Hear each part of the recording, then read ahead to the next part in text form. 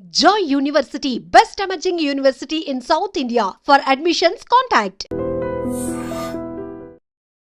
ప్రస్తుతం మనతో పాటు ఉన్నారు ఆధ్యాత్మిక గురువులు, ప్రణవ పీఠాధిపతులు, త్రిభాషా మహా సహస్ర అవధాని డాక్టర్ శ్రీ వద్దిపర్తి పద్మాకర్ గారు. ఇప్పుడు గురుగారితో మాట్లాడి మరిన్ని విషయాలు తెలుసుకుందాం. మనకున్న సందేహాలన్నింటినీ కూడా నివృత్తి చేసుకునే ప్రయత్నం చేద్దాం.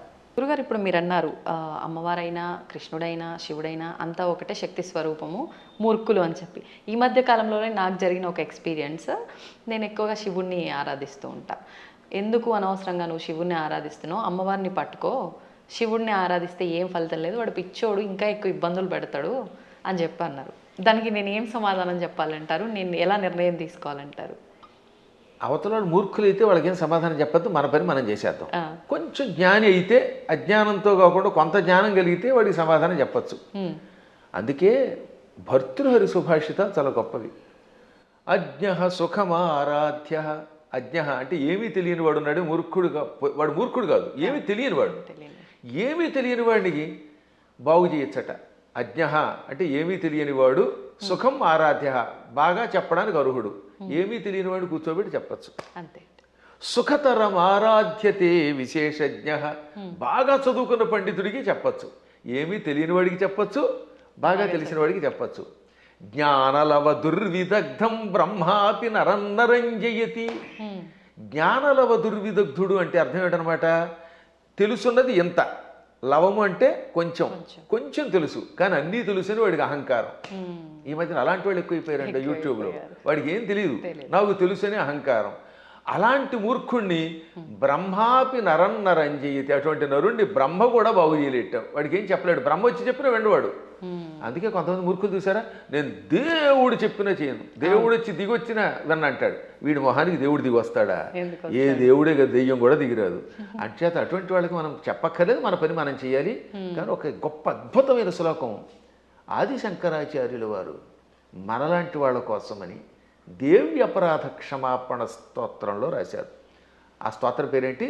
దేవి అపరాధ క్షమార్పణ స్తోత్రం. అమ్మా నన్ను క్షమించు అని చిట్ట చివరి చెప్పే స్తోత్రం.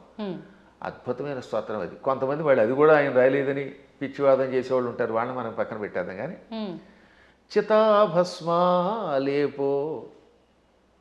గరళమశనం దిక్పటధర జటాధారి కంఠే భుజగపతిహారీ పశుపతి కపాలీ భూతేశో భజతి జగదీశైక పదవీం భవాని త్వత్పాణిగ్రహణ పరిపాటీ ఫలమిదం. భవాని అంటే ఓ పార్వతి, నీ భర్త శివుడి దగ్గర ఏముందమ్మో గొప్పతనం. ఇది ఎంత గొప్పగా ఉంటుంది. ఈ స్తోత్రం చివరిదాకా వినాలి జాగ్రత్తగా. ఆయన చితాభస్మాలేప, ఎవడో శవాన్ని తీసుకెళ్ళి శ్మశానంలో కాల్చారు. ఆ కాల్చగా వచ్చిన బూడిని ఏమంటారు? చితాభస్మము. చితి మీద నుంచి వచ్చినటువంటి భస్మం. ఆ భస్మాన్ని ఆలేప, ఒంటికి పూసుకుంటున్నవాడు. మనం గంధం పూసుకుంటాం అంటే, మా బొట్టి వాళ్ళం పూర్వం గంధం అరగ తీసుకు పూసుకునేవాళ్ళం. మీ బొట్టి వాళ్ళు ఈ మధ్యన పెర్ఫ్యూమ్స్ వచ్చాయి కదా, కిష్కం కిష్కం అనేది ఏదో కొట్టుకుంటాడు, మళ్ళీ అందులోంచి గాలి వస్తుంది, అందులోంచి వచ్చేది గాలేగా పొగే కానీ మళ్ళీ అడ్వర్టైజ్మెంట్లు. సరే ఏది ఏమైనా మొత్తం మీద సుగంధ ద్రవ్యాలు పూసుకుంటారు. ఆయన మాత్రం ఒంటికి ఏం చేస్తాడు? కాష్టంలో బూడిద పూసుకుంటాడు. పోని ఆహారం ఇడ్లీలో చపాతీలో బూరిలో గారెలో దద్దోజనో తిండు, గరళ వశనం విషమే ఆహారంగా స్వీకరించాడు. ఇంకా మంచి బట్టలు కట్టుకుంటున్నాడా? కనీసం పద్మాకర్ గారైనా అంతో ఎంతో మంచి లాల్చీ వేశారు. కానీ ఆయన దిక్కులే వస్త్రం. దిక్కు అంటే తూర్పు మొదలుకు అన్ని దిక్కులు. పటము అంటే వస్త్రం. దిక్పటధర అంటే దిక్కులను వస్త్రముగా ధరించేవాడు. అదే దిగంబరుడు అంటే. దిక్కు అంబరహ దిగంబరహ. అంబరం అంటే వస్త్రం, దిక్కులు వస్త్రంగా ధరించేటంటే అర్థం ఏంటమ్మా? ఇప్పుడు ఉదాహరణకి ఈ గదే పద్మాకర్ గారికి బట్ట అంటే ఇంక వేరే వస్త్రం వేసుకోలేదు. అది దిక్కులు వస్త్రంగా ధరించేటంటే ఏ బట్టలు లేకుండా ఉన్నాడు. అక్కడికి అది అయిపోయింది. ఇక తర్వాత ఏమంటున్నాడైనా, జటాధారి, చక్కగా క్రాఫ్ దువ్వుకోడు, కర్లింగులు లేవు, కటింగులు లేవు, జడలు అట్టలు కట్టేసి ఉంటాయి. ఆ అట్టలు కట్టిన జడల్ని ధరిస్తున్నాడు. మెడలో బంగారపు గొలుసు ఒక్కటి కూడా లేదు. భుజగపతిహారి బుస్సుమని మీదకు వచ్చే కాటురాజు గారిని మెడలో వేసుకున్నాడు ఆయన. పావుని గొలుసుగా వేసుకున్నాడు. పశుపతి, ఇంకా ఆయన ఎవరికి అధిపతి? పశువులకు అధిపతి. చేతిలో చూస్తే ఏ కంచము ఆకో పుచ్చుకుని వాళ్ళంతా బఫేని పెడుతున్నారుగా, ఆయన స్వామివారు ఏం చేస్తున్నారట? కపాలం ధరిస్తాడు. భిక్షాపాత్రగా చేతిలో పుర్రిని ధరించాడు, బ్రహ్మ కపాలాన్ని. భూతేశ, భూతాలకు అధిపతి. ఇవన్నీ అవలక్షణాలు పైకి కనపడ్డాం. కానీ ఇన్ని అవలక్షణాలున్నా జగదీశైక పదవీం భజతి అంటే సమస్త లోకాలకి ఈశ్వరుడు అవుతున్నాడు. జగదీశ్వరుడు అనగా సమస్త లోకాలకి అధిపతి, చక్రవర్తి. అన్ని లోకాలని పరిపాలించడానికి కావలసిన అర్హతలు వచ్చేసాయి ఆయనకి. లోకాలన్నిటినీ పరిపాలిస్తున్నాడు. కారణం ఏమిటో తెలుసా? భవాని త్వత్పాణిగ్రహణ పరిపాటి ఫలమిదం. నీ పాణిగ్రహణం చేశాడు, నీ చెయ్యి అందుకున్నాడు, అంటే నిన్ను పెళ్లి చేసుకున్నాడు. అమ్మ ఆయనలో అన్ని అవలక్షణాలే, అయినా లోకాలను పరిపాలిస్తున్నాడు. కారణం నిన్ను పెళ్లి చేసుకోవడం. ఇదంతా నీ అనుగ్రహం. అంటే ఇందాక ఒక ఆవిడ చెప్పిందనోగా, ఏమని? అమ్మవారిని పూజిస్తే లాభం ఆయన దగ్గరే ఉంది అని. ఈ పై శ్లోకం యొక్క తాత్పర్యం ఇలా కనపడుతుంది. అంటే ఇందాక మీరు అన్నట్టు మిడిమిడిగా తెలుసుకొని మాట్లాడే మాట. ఇప్పుడు ఈ శ్లోకంలో ఉన్న అంతరార్థం తెలిస్తే మనకు ఆశ్చర్యం కలుగుతుంది. సామాన్యుడి భాషలో చెప్పాలంటే వాడికి పిచ్చెక్కుతుంది. ఇప్పుడు అమ్మవారిని పార్వతి అనలేదండి. పార్వతి అంటే పర్వతరాజు కూతురు, పుట్టింటి వారి పేరుతో పిలవాల. భవాని అన్నాడు ఆయన. భవాని అంటే అర్థం ఏంటి? భవస్య పత్ని భవాని అంటే శివుడి పెళ్ళామా. దాని అర్థం ఏంటి? మళ్ళీ అక్కడ ఏమంటాడంటే ఆవిడ్ని ఓ శివుడి పెళ్ళామా అన్నాడు. మనకి ఏమనిపిస్తుంది? ఆవిడ పొగిడినట్టు ఏం లేదు. మళ్ళీ వచ్చేసరికి నువ్వు ఎన్ని గొప్ప లక్షణాలు ఉన్నా, నీ వల్ల ఆయనకు గొప్పతనం వచ్చినా నువ్వు శివుడి పెళ్ళానివే. నీ అనేది నీప్ అని ఒకటి ఉంటుంది వ్యాకరణంలో. ఆ నీప్ అనేది కొన్నింటికి చేరితే భార్య అని అర్థం వస్తుంది. ఆ ఏ ఏ పదాలకి? భవ దానికి నీపు చేరితే భవాని, మృడ నీపు చేరితే మృడాని, రుద్ర నీప్పు చేరితే రుద్రాణి, శర్వ శర్వాణి. వీటికి భార్య అని అర్థం వస్తుంది. అందులో శివాని లేదు. అందుకే శివాని అనే శబ్దం అసాధు. శివాని అని వాడేస్తారు కానీ శివ శబ్దం పక్కన నీపు ఉండదు. భవ, రుద్ర, మృడ, శర్వ ఇది ఆకృతి గణం. వీటికి మాత్రమే చేరితే భవాని, రుద్రాణి, మృడాని, శర్వాణి అవుతాయి. కాబట్టి ఇంత చేసి నువ్వు ఎంత గొప్పదానివైనా, నీ వల్ల ఆయనకి వచ్చినా నువ్వు ఆయన పెళ్ళానివే అని చెప్పడం. ఇంకా పైకి వద్దాం. ఇందాక చెప్పినవి, ఈ ప్రపంచంలో ఎవడైనా కాష్టంలో ఉన్న బూడిదను పూసుకుంటాడా? మీకు ఎంతో స్నేహితుడు ఒక ఆయన ఉన్నాడండి, ఎంతో ఇష్టుడు ఒక ఆయన ఉన్నాడు. ఆ గొప్ప వ్యక్తి ఒక ఆయన తాతగారు అంటే చాలా ఇష్టపడతాడు. ఆ తాతగారు పోయారనుకుందాం. ఆ తాత లేకపోతే బతకలేనన్నవాడు ఆ తాతగారి శరీరం కాలిపోయాక ఆ బూడిద పూసుకుంటాడా? అస్సలు. ఒక్క శివుడు మాత్రమే తన భక్తులు తనను ఉపాసించాక వాడు నా భక్తుడు, వాడు నాకు ఎంతో ఇష్టుడు అని వాడు చావగానే వాడి శరీరాన్ని శ్మశానంలో కాలిస్తే రారా నాయనా అని వాడి బూడిదని ఒంటికి పూసుకుంటున్నాడు. ఆ బూడిద పూసుకోగానే వాడు శాశ్వతంగా కైలాసానికి వెడుతున్నాడు. అంటే ఆ భక్తుడి మీద ఆయనకి ఎంత ఇష్టం. ఈ ప్రపంచంలో ఇంత ప్రేమగా చూసే దేవుడు ఇంకెవడన్నా ఉన్నాడా? ఒకసారి ఆలోచించండి. భక్తుడి యొక్క కాష్టంలో బూడిదని ఒంటి మీద గంధంలా పూసుకునే ఏకైక కరుణామూర్తి శివుడే. ఆయనకి మాత్రమే శక్తి ఉంది, ఇంకెవడో పూసుకోలేడు. పూసుకుంటే చస్తాడు, బ్యాక్టీరియా వచ్చి చచ్చిపోతాడు ముందు. రెండవది గరళమశనం, పాలసముద్రం చిలికారు. ఈ పాలసముద్రంలో అమృతం వస్తుంది అనుకుంటే మొట్టమొదటి పుట్టింది విషం. భయంకర కాలకోట విషానికి లోకాలన్నీ కాలి బూడిదైపోయాయి. అందులోంచి పొగొచ్చింది. అందరూ దిక్కులేక శివ రక్షించమని ఆయన దగ్గరికి వెళ్ళారు. ఒక్కడు తాగాడు దాన్ని ఎవడన్నా? ఇంతమంది సోకాళ్ళు దేవతల్లో ఒక్కడైనా దాన్ని తాగి రక్షించాడా? ఒక్క శివుడు మాత్రం పార్వతి కేసు తిరిగి, పార్వతి వీళ్ళు నా పిల్లలు రక్షించమని అడిగారు, తాగేస్తున్నాను అన్నాడు ఆయన. అప్పుడు భార్య తాగమంటుందండి నిజంగాను? ఏ భార్య అయినా సరే, ఏమండి వాళ్ళకి మతి లేకపోతే మీకు మతి లేదా? బాబోయ్ నా మంగళసూత్రం గట్టిగా ఉండాలి, మీరు తాగద్దనాలా? కానీ ఆవిడే ఉంది, తాగేయండి. అందుకే పోతన గారు అక్కడ ఒక అద్భుతమైన పద్యం రాశారు భాగవతంలో అష్టమ స్కంధంలో. మృంగెడివాడు విభుండని, మింగేవాడు తన భర్తని తెలుసు. ఆ మింగేవాడు తన భర్త అని ఆవిడ తెలియదా? తెలుసు. మృంగెడిదియు గరళమనియు, ఆయన మింగేది గరళం విషం తప్ప అమృతం కూల్ డ్రింకు కాదని ఆవిడికి తెలుసు. అది తాగితే ఏం జరుగుతుందో కూడా తెలుసు. అది ఇంకోటి ఎవడన్నా తాగితే చచ్చిపోతాడే తెలుసు. అయినా మేలని ప్రజకుల్ మృంగుమనే సర్వమంగళ మంగళ సూత్రంబునెంత మది నమ్మినదో. ఎంత అద్భుతమైన పద్యం. అయినా ఈ సృష్టి అంతా తన పిల్లలు, మా పిల్లలు బాగుండాలి, వాళ్ళ కోసం మేము ఏమైనా పర్వాలేదు అని త్రాగమన్నది. తాగమండవే కాదు, తన మంగళసూత్రాన్ని అంత నమ్మింది. శివుడు నా మెడలో మంగళసూత్రం కట్టాడు, కట్టాక ఆయనకి ఏం అవ్వదు, నా మెడలో ఆయన కట్టిన మంగళసూత్రం ఉండగా ఈ విషయం కూడా ఆయన ఏమీ చేయదనే నమ్మకంతో తాగమన్నదట. అది వాళ్ళ దంపత్య యొక్క బంధం. ఆ దంపతులు ఇద్దరిలో ఎవరు గొప్ప ఎవరు తక్కువ అంటే అది అజ్ఞానం. ఈవిడ వల్ల ఆయన, ఆయన వల్ల ఈవిడ.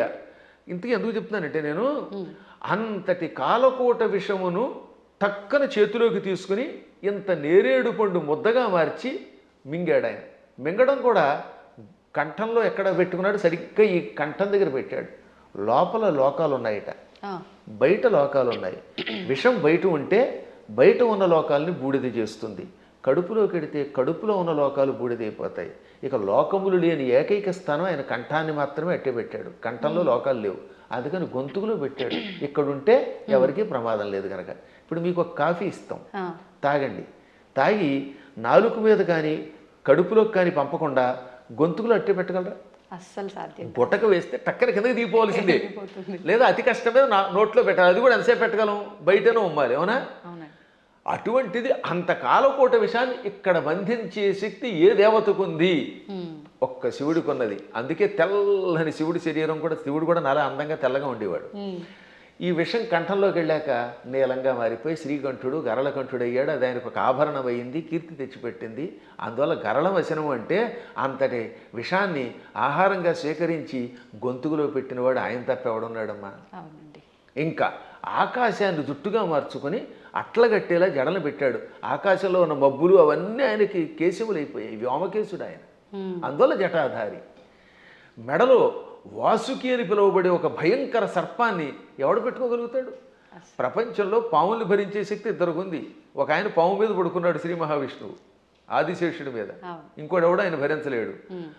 ఆ వాసుకినేమో మెడలో ఈయన గొలుసులో వేసుకున్నాడు. అలా విషసర్పమును కూడా ఆభరణంగా ధరించావు. పశుపతి అంటే మనందరం పశువులం.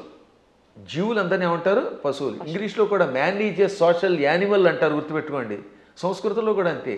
పశువులు జంతువునాం నరజన్మ దుర్లభం. ఈ జంతువులలో మానవ జన్మే దుర్లభము. కాబట్టి ఏ లాంగ్వేజ్లో అయినా సరే పశు శబ్దమునకు ప్రాణులు అని అర్థం. ప్రాణులందరినీ పరిపాలించేవాడు ఆయన పశుపతి అంటే. ఇంకా కపాలి, బ్రహ్మ కపాలాన్ని చేత్తో పట్టుకుని బ్రహ్మ యొక్క అహంకారాన్ని నడిచి యావజ్జీవితం చేతిలో పెట్టుకుని అందులో భోజనం పెట్టేవాడు ఎవడు అంటే కపాలి. అంటే ఇన్ని సంపదలున్నా అష్టసిద్ధులున్నా పార్వతి భార్య అయినా భిక్షాపాత్రని చేత ధరించి ఎవడైనా చివరికి భిక్షుకుడే. ఈ ప్రపంచంలో నేను భిక్షుకుడే, నువ్వు భిక్షుకుడివే, ఒకళ్ళొకళ్ళు యాచించుకోవాలి అని చెబుతున్న మహానుభావుడైన ఒక్కడే. ఇంకా భూతేశ, భూతములు అంటే మీరు అనుకున్నట్టుగా హేహాన్ మీదకి వచ్చే భూతాలు కాదు, పంచభూతాలు. ఈ పృథివ్యాపస్తేజో వాయురాకాశములు, భూమి అగ్ని జలము వాయువు ఆకాశం అనే పంచభూతములు, ఇక ప్రాణులు, వీళ్ళందరికీ అధిపతి. అందుకే ఆయన జగత్తుకి ఈశ్వరుడు అయ్యాడు. అందువల్ల నువ్వేం చేసావు? ఆయన గొప్పతనం గ్రహించి ఆయన కోసం తపస్సు చేసి ఆయనే భర్త అవ్వాలని దగ్గరికి వెళ్ళి పార్వతి అని పేరున్నదానివి భవాని అయిపోయావు, ఆయన భార్యవై. అందుకే ఇప్పటికి కూడా ఇంగ్లీష్ వాళ్ళు మన సంస్కృత సంప్రదాయాల్లో కొన్ని పాటిస్తున్నారు. ఉదాహరణకి పద్మాకర్ గారి భార్య ఉంది, ఆవిడ ఏమన్నా మిసెస్ పద్మాకర్ అంటారా లేదా? అంటారు. రంగవేణి గారిని పిలవకుండా అంటే భవానీలాగా. పార్వతి కాస్త ఆయన భార్య అయ్యాక మిసెస్ శివ అయ్యింది, ఆ మాట భవానీ అన్నాం అంతే టెక్నిక్గా. అంటే ఎంత గొప్ప శక్తి! శివుడి భార్యని అనిపించుకోవడానికి ఇష్టపడుతోంది కానీ నేను పార్వతిని ఫలానా వాళ్ళ పుట్టింటి వారి సంబంధమైందని అనిపించుకోవడానికి ఆవిడ ఇష్టపడటం లేదు. ఈ లక్షణాలు ఆయనలో గొప్పవి కాబట్టే ఆయనని నువ్వు వరించావు, నీ వల్ల ఆయన పార్వతీ వల్లభుడయ్యాడు. ఈ విధంగా ఇద్దరు గొప్పవారే. ఇంక చివరిగా దిక్పటధరహ అంటే దిక్కులే వస్త్రములంటే మొత్తం ప్రపంచం అంతా వ్యాపించినవాడు. అది వ్యాపిస్తే కదా బట్ట అయ్యేది. మీరు ఆలోచించండి, తూర్పు పడమర ఉత్తరం దక్షిణం ఆగ్నేయం నైరుతి ఈ వాయువ్యం ఈశాన్యం అని పిలువబడే దిక్కులు పైన కింద ఉన్నవి మనకు బట్ట అవ్వాలంటే మనం అంత శరీరం కలిగిన వాళ్ళు అయ్యి ఉండాలి. ఇప్పుడు నాకు ఈ గది బట్ట అవ్వాలంటే నేను గది అంతా నిండిపోవాలి, అప్పుడు ఈ గదిని నేను బట్టగా ధరించగలను, అవునా? అందువల్ల సర్వవ్యాపకుడు అని అర్థం. అటువంటి వాళ్ళ యొక్క గొప్పతనాన్ని గ్రహించలేక శివుడిని పూజిస్తే కష్టం వస్తాయి పార్వతిని పూజించని, లేక పార్వతిని పూజించకు శివుడిని పూజించని, లేక ఈ ఇద్దరిని పూజించి విష్ణువుని పూజించగని విష్ణువుని పూజించి వీళ్ళని పూజించకు అన్నాడంటే వాడు అజ్ఞాని, ఏ విధమైన ఉపాసనా బలం లేనివాడు. అందువల్ల వీటికి అతీతంగా సర్వవ్యాపకుడైన శివుడు ఆయన ఏకో దేవ, ఏకో దేవ కేశవో వా శివో వా, ఒకడే దేవుడు. నువ్వు శివుడను, కేశవుడను, పార్వతి అను, లేక లక్ష్మి అను, సరస్వతి అను, కుమారస్వామి అను, విఘ్నేశ్వరుడను, ఇన్ని రూపములతో కనపడుతున్న పరమాత్మ ఒక్కడే. గురుగారు, అంటే మాలాంటి జ్ఞానం లేని వాళ్ళము ఇలాంటి పిచ్చి ప్రశ్నలు వేయటంలో అర్థం ఉంది, వాదించడంలో అర్థం ఉంది. కానీ ఎంతో జ్ఞానం ఉండి నలుగురికి చెప్పే స్థాయిలో ఉన్నవాళ్ళు కూడా కొంతమంది శివకేశవుల ఇద్దరు భేదం చూపించి మేము శైవులము, మేము వైష్ణులము ఇలా మాట్లాడుతూ ఉంటారు కదా, మరి దాని గురించి ఏమంటారండి? అక్కడే అసలు వాళ్ళ జ్ఞానులు అనకూడదు, వాళ్ళు భక్తులు అంతే, మూఢభక్తులు. వాళ్ళు భక్తులే. మూఢభక్తి ఏం చేస్తుందో తెలుసా? ఆ రూపాన్ని తప్ప ఇంకోటి ఇష్టపడకుండా చేస్తుంది. మూఢభక్తి వల్ల కూడా ఎప్పుడో ఒకప్పుడు పరమాత్మ దగ్గరికి వెడతారు అనుకోండి, అందులో సందేహం లేదు. జ్ఞానభక్తి కలిగిన వాడు అలా ఎందుకంటాడు? జ్ఞానంతో ఉన్నవాడు వాడు ఏ రూపం చూస్తే ఆ రూపంలోనే ఇంకోటి వస్తాడు. మహానుభావులైన ఋషుల్ని నేను చూశాను కదా, వశిష్ఠుడు ఉన్నాడు, రాముడిలో శివుని చూడగలిగాడు, శివుడిలో రాముడిని చూడగలిగాడు. కైలాసాల్లో వైకుంఠం చూడగలిగాడు, వైకుంఠంలో కైలాసాన్ని చూడగలిగాడు. అమ్మవారి దగ్గరికి వెళ్ళారు. దుర్వాసుడు అన్ని లోకాలకి వెళ్ళాడు. విశ్వామిత్రుడు అలా అన్నీ చూడగలిగాడు. వాళ్ళు జ్ఞానులు. ఇంకా మూఢభక్తులు అంటే ఏమిటనమాట? నేను ఆ రూపమును తప్ప ఇంక దేన్ని చూడండి అంటాడు ఆయన. ఆ ఆశ్చర్యం ఏమిటంటే తులసీదాసు గారు తన ఆత్మచరిత్ర రాసుకున్నాడు. ఆయన బృందావనం వచ్చాడు. అక్కడ కృష్ణుడు కనపడగానే కళ్ళు మూసుకున్నట్ట. ఏమి నాయన నన్ను చూడగానే కళ్ళు మూసుకున్నావు, నన్ను ఎందుకు చూడటం లేదంటే నేను రామభక్తుడిని, రాముడి తప్ప ఆవిడ చూడన్నాడు. అప్పుడు ఆ కృష్ణుడు ఏమన్నాడు? రాముడైనా కృష్ణుడైనా నేనే కదా, నువ్వు భాగవతం చదివిన వాడివి, నేను ఎన్నో అవతారాలు ఎత్తానని నీకు తెలుసు కదా అంటే అన్నీ నాకు అనవసరం, నువ్వే అన్ని రూపాలు, నువ్వే మత్స్యకూర్మాది సమస్త అవతారాలు ధరించావు, అయినా నేను రాముడి తప్ప చూడను, నాకు ఆ కోదండం పుచ్చుకుని ఏకపత్నిరతుడిగా ఉన్న రాముడే కావాలి, కృష్ణుడు వద్దన్నాడు. అప్పుడు ఆయన నవ్వి రాముడిగా, ఇది కృష్ణ విగ్రహంలో ఉన్న స్వామివారు రాముడిగా దర్శనమిచ్చాక అప్పుడు నమస్కరించాడు. అప్పుడు ఆయన కనువిప్పి కలగజేసి, పిచ్చివాడా, పువ్వులు వేరైనా ఏ పువ్వుతో చేసినా పూజ ఒకటే కదా, అంతే అండి. ఎదురుగుండా నువ్వు ఒక విగ్రహం పెట్టుకున్నావు, ఒక్కోసారి గన్నేరు పువ్వులు, ఒక్కోసారి మందార పుష్పాలు, మరోసారి ఏమో సంపంగులు ఇలా దొరుకుతాయి. ఏ పుష్పంతో పూజ చేసినా పూజ ఒకటే, పువ్వులు వేరైనా పూజ ఒకటే. అలాగే మూర్తులు వేరైనా అందులో ఉన్న చైతన్యం ఒకటే. ఈ మాత్రం జ్ఞానం లేకపోతే నీకు ఎప్పటికీ మోక్షం వస్తుందనగా అప్పుడు పశ్చాత్తాపంతో ఆయన రాముడైనా కృష్ణుడైనా ఒకటే అని హిందీలో ఒక స్తోత్రం రాశాడు. దాన్ని తెలుగులోకి అనువాదం చేసి శ్రీకృష్ణాంజనేయ యుద్ధం అని ఒక సినిమా ఉందిరండి, అందులో చాలా అద్భుతంగా రాశారు. ఘంటసాల వారు చాలా బాగా పాడారు. చిట్ట చివరిలో ఆంజనేయుడు జ్ఞానోదయం పొందినట్టుగా పాట పెట్టారు. పూలు వేరైనా పూజ ఒకటని నేటికి తెలిసెను ఓ దేవా, రాముడవైనా కృష్ణుడవైనా ఆదిదేవుడవు నీవేనయ్యా, రాముడవైనా కృష్ణుడవైనా ఆదిదేవుడవు నీవేనయ్యా, హరే రామ హరే కృష్ణ హరే రామ హరే కృష్ణ హరే రామ హరే కృష్ణ. అందుకని మన వాళ్ళు హరే రామ హరే కృష్ణ అన్నారు. పరమాత్మ ఒకటే. కానీ మూఢత్వం ఉన్నంత వరకు, పూర్వజన్మ యోగం ఒకటి ఉన్నంత వరకు చచ్చిన ఈ సత్యాన్ని వాడు అంగీకరించలేదు. కర్మ. ఏ నదుల్లో కూడా రండి, అదే గంగాజలం, గంగో చోట ఇంకో చోట కృష్ణ, ఓ చోట గోదావరి, మొత్తం మీద నీరే. కొంచెం భేదాలు ఉంటాయి, ఎందుకనంటే ఆ ప్రాంతాన్ని బట్టి, మూలికలు బట్టి. గంగ గంగే, ఇంకో దక్షిణ గంగ గంగే. కానీ వీటిలో ఎన్ని కొలుస్తున్నాయి? మనం కూడా అలాగే మూర్తులలో ఉన్నప్పుడు ఆ భేదాలను బట్టి ఒక్కొక్క రూపంలో ఒక్కొక్క పని చేస్తాడు. కానీ చిట్ట చివరికి వచ్చేసరికి అన్నీ ఒకటే. కృష్ణుడు చెప్పాడా లేదా? చిట్ట చివరికి నేనే అన్నాడు ఆయన. భగవద్గీతలో విభూతి యోగంలో ఎవరెవరిలో ఏ విభూతి ఉందో అది నేనని చెప్పాడు ఆయన. యద్యద్విభూతివత్సర్వం తత్తదూర్జితమేవవా, ఎవరెవరిలో ఏ శక్తులున్నాయో నావే అని చెప్పడానికి వరుసగా చెప్పుకొచ్చాడు అనమాట. మృగాణాంచ మృగేంద్రోహం, జంతువులలో సింహాన్ని నేను, మృగాలలో సింహాన్ని నేను, వైనతేయశ్చ పక్షిణాం, పక్షులలో గరుత్మంతుణ్ణి నేను, ప్రహ్లాదశ్చాపి దైత్యానాం, రాక్షసులలో ప్రహ్లాదుణ్ణి నేను, అలా కవులలో ఉసినసుణ్ణి అంటే శుక్రాచార్యుణ్ణి నేను, బుద్ధిమంతులలో బృహస్పతిని నేను. చివరికి బృహస్పతి శుక్రుడు కూడా ఆయనే. అలాగే శంకరశ్చాపి రుద్రాణం, ఏకాదశి రుద్రుల్లో శంకరుణ్ణి నేను. అర్థమైందా? చివరికి శివుడు కూడా నేనే. ఆ విధంగా సమస్తం నేనే. కాబట్టి ఆయన కానిదంటూ ఏమీ లేదు. గురుగారు, భగవంతుడు ఇప్పుడు ఇన్ని రూపాల్లో ఉన్నాడు. శివుడైనా విష్ణువైనా భేదమే లేదు. కానీ విష్ణుమూర్తి అవతారాలలోనే కొన్ని అవతారాలలో, దశావతారాలలో రాముడు కృష్ణుడు కూడా ఆయన అవతారమే.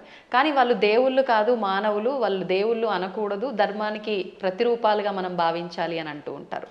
దాన్ని ఎలా తీసుకోవచ్చు అంటారు? ఇది ఒక పెద్ద సమస్య అని చెప్పాను కదా. ఈ పెద్ద ఎవడికి వాడు మేధావి అయిపోవడం వల్ల వచ్చిన ఇబ్బంది. భగవంతుడు శ్రీ మహావిష్ణువు 22 అవతారాలు ఎత్తాడు. ఎన్ని? 22. ఈ 22లో 21 అవతారాలు అంశ అవతారాలు అంటారు. ఒక్క అవతారం పరిపూర్ణ అవతారం. సనక సనందనాదులు, వృషభావతారము, కపిలావతారము, పరశురామావతారము, వేదవ్యాసావతారము, ఇవన్నీ అంశ అవతారాలు. వాటిలో ఈ మత్స్యావతారం, కూర్మావతారం, వరాహావతారం, నరసింహావతారం, రామావతారం, ఇది పరశురామావతారం, ఇవన్నీ కూడా. ఒక్క కృష్ణుడు మాత్రం సంపూర్ణ అవతారం. కాబట్టి అందరూ అనుకున్నట్టుగా 10 కాదు అవతారాలు. భాగవతంలో ప్రారంభంలోనే ఉంటుంది, ప్రథమ స్కంధంలో 22 అవతారాలు చెబుతూ అందులో 21 అవతారాల్ని ఏతే చాంస కళా పుంస ఏతే చ అంశ కళా పుంస కృష్ణస్తు భగవాన్ స్వయం. 21 అవతారాలు అంశావతారాలు, అంశ కళలు. ఒక్క కృష్ణుడు మాత్రం పరిపూర్ణ అవతారం. అందుకే కృష్ణస్తు భగవాన్ స్వయం. ఒక్క రామావతారంలో నేను మానవుణ్ణి అని ఆయన అనకపోతే రావణుడిని చంపలేడు. ఎందుకని మానవుడి చేతిలో వాడు చస్తాడు కనుక. అందుకని ఆయనకి తెలియదు ఇటు లోపల. ఆయన పరమాత్మని ఆయనకి తెలియకపోతే ఇన్ని పనులు ఎలా చేసేదండి? ఎంతమందికి శాప విముక్తి కలగజేశాడు, ఎంతమందిని వైకుంఠానికి పంపించగలిగాడు. కానీ పైకి చెప్పకూడదు. అందువల్ల పరమాత్మ నటించాలి లోపల. అందుకని మర్యాద పురుషోత్తముడుగా ఆత్మానం మానుషం మన్యే రామం దశరథాత్మజం. దేవతలంతా చిట్ట చివర వచ్చి ఏది రావణవధ అయిపోయాక నువ్వు విష్ణువు అంటే మీరేదో విష్ణువు అంటున్నారు, అదేని పొగుడుతున్నారు, నాకు తెలియట్లేదు, నేను మాత్రమే అనుకుంటున్నాను, నన్ను నేను మానవుడు అనుకుంటున్నాను. ఆత్మానం అంటే నన్ను మానుషం మన్యే, మనిషిగా భావిస్తున్నాను. మన్యే అంటే భావిస్తున్నాను, అనుకుంటున్నాను. పైగా ఎవరట? రామం దశరథాత్మజం, దశరథుడు కొడుకేని రాముడు అనుకుంటున్నాను. మీరెవరో అంటున్నారంటే అప్పుడు శివుడు వచ్చామన్నాడు. అక్కడ భలే చెప్తాడండి వాల్మీకి. షడర్థ నయన శ్రీమాన్ అన్నారు శివుణ్ణి. ఏమన్నారు? షడర్థ నయన. అసలు ఇటువంటి పదాలు వాల్మీకి తప్ప ఎవరు రాయలేరు, కవులు కాబట్టి బాగా రాస్తారు. నయన అంటే కళ్ళు కలిగినవాడు. షట్ అంటే అన్ని 6, అందులో అర్ధ అంటే అంత సగం. షడర్థనైన అంటే 6లో సగం 3 కళ్ళు కలిగిన బట్ట త్రినేత్రుడ. ఎంత త్రినేత్రుడు అన్నానికి ఎంత చమత్కారం చేయాలి, బలి పెడతాడు కదా. అదే కవుల యొక్క చమత్కారం. అందువల్ల కవుల చమత్కారం తెలియక రామాయణం అర్థం కాక ఏదో పిచ్చివాగుడు అవుతారు. కానీ షడర్థనైన అండంలో అర్థం ఏంటో తెలుసా? 6ని 3గా చేశాడు, 6 శత్రువుల్ని 3గా చేశాడు. ఆ 3ంటిని సూర్యచంద్రులు అగ్నిగా మార్చి కళ్ళుగా పెట్టుకున్నాడు. వీటిల్లో సూర్యుడు స్వయం ప్రకాశకుడు, చంద్రుడు సూర్యుడు యొక్క కాంతి సేకరించి చల్లదనం ఇస్తాడు. ఈ 3 ఆయన దేన్నైనా భస్మం చేస్తాడు. అంటే కామక్రోధ లోభమోహ మదమాత్సర్యాలనే శత్రువుల్ని 3 ముద్దలు చేసి ఈ 3 ముద్దల్ని కూడా ప్రజలకి త్రిగుణముల రూపంలో ఇచ్చి త్రిగుణములతో కూడిన ప్రజల్ని త్రిగుణాతీతుల్ని చెయ్యగలిగే శ్రీమాన్ సంపదలు కలిగిన వాడు శివుడు. అసలు శివుడి యొక్క వైభవాన్ని, దాని గురించి ఇప్పుడు మీకు ధర్మ సందేహాల్లో కాబట్టి క్లుప్తంగా చెబుతున్నాను. కానీ దీనికి ఎంతో వ్యాఖ్య చేయొచ్చు. అటువంటి శివుడు, నాయన నువ్వు సాక్షాత్తు విష్ణువువి, దేవతలంతా ప్రార్థించటం వల్ల రాముడిగా అవతరించి దుష్ట శిక్షణ శిష్టరక్షణ చేసావు తప్ప సామాన్యుడు కాదు అని చెబితే దశరథుడు మళ్ళీ వచ్చి ఆయన్ని స్తుతించాడు, బ్రహ్మాదులు స్తుతించారు. అప్పుడు అర్థం అవట్లేదా ఆయన సాక్షాత్తు స్వామిని? కాబట్టి అవేమో ఏదో మానవ అవతారాలంటే ఎలా ఒప్పుకుంటాం? మానవుడిగా అవతరించి మానవుడిగా నటించి ధర్మమును లోకమునికి ఇచ్చిన ఆది విష్ణువు. అది మర్చిపోకూడదు మనం. మళ్ళీ మనకి ఇలాంటి అనుమానాలు మనకి రాకుండా, రాముడు నేను మానవుడన్నా మనకు అనుమానం రాకుండా ఉండడానికి శివుడు మొదలైన వాళ్ళకే చెప్పించాడు. చిట్ట చివర పట్టాభిషేకంలో ఏం చెప్పాడు వాల్మీకి?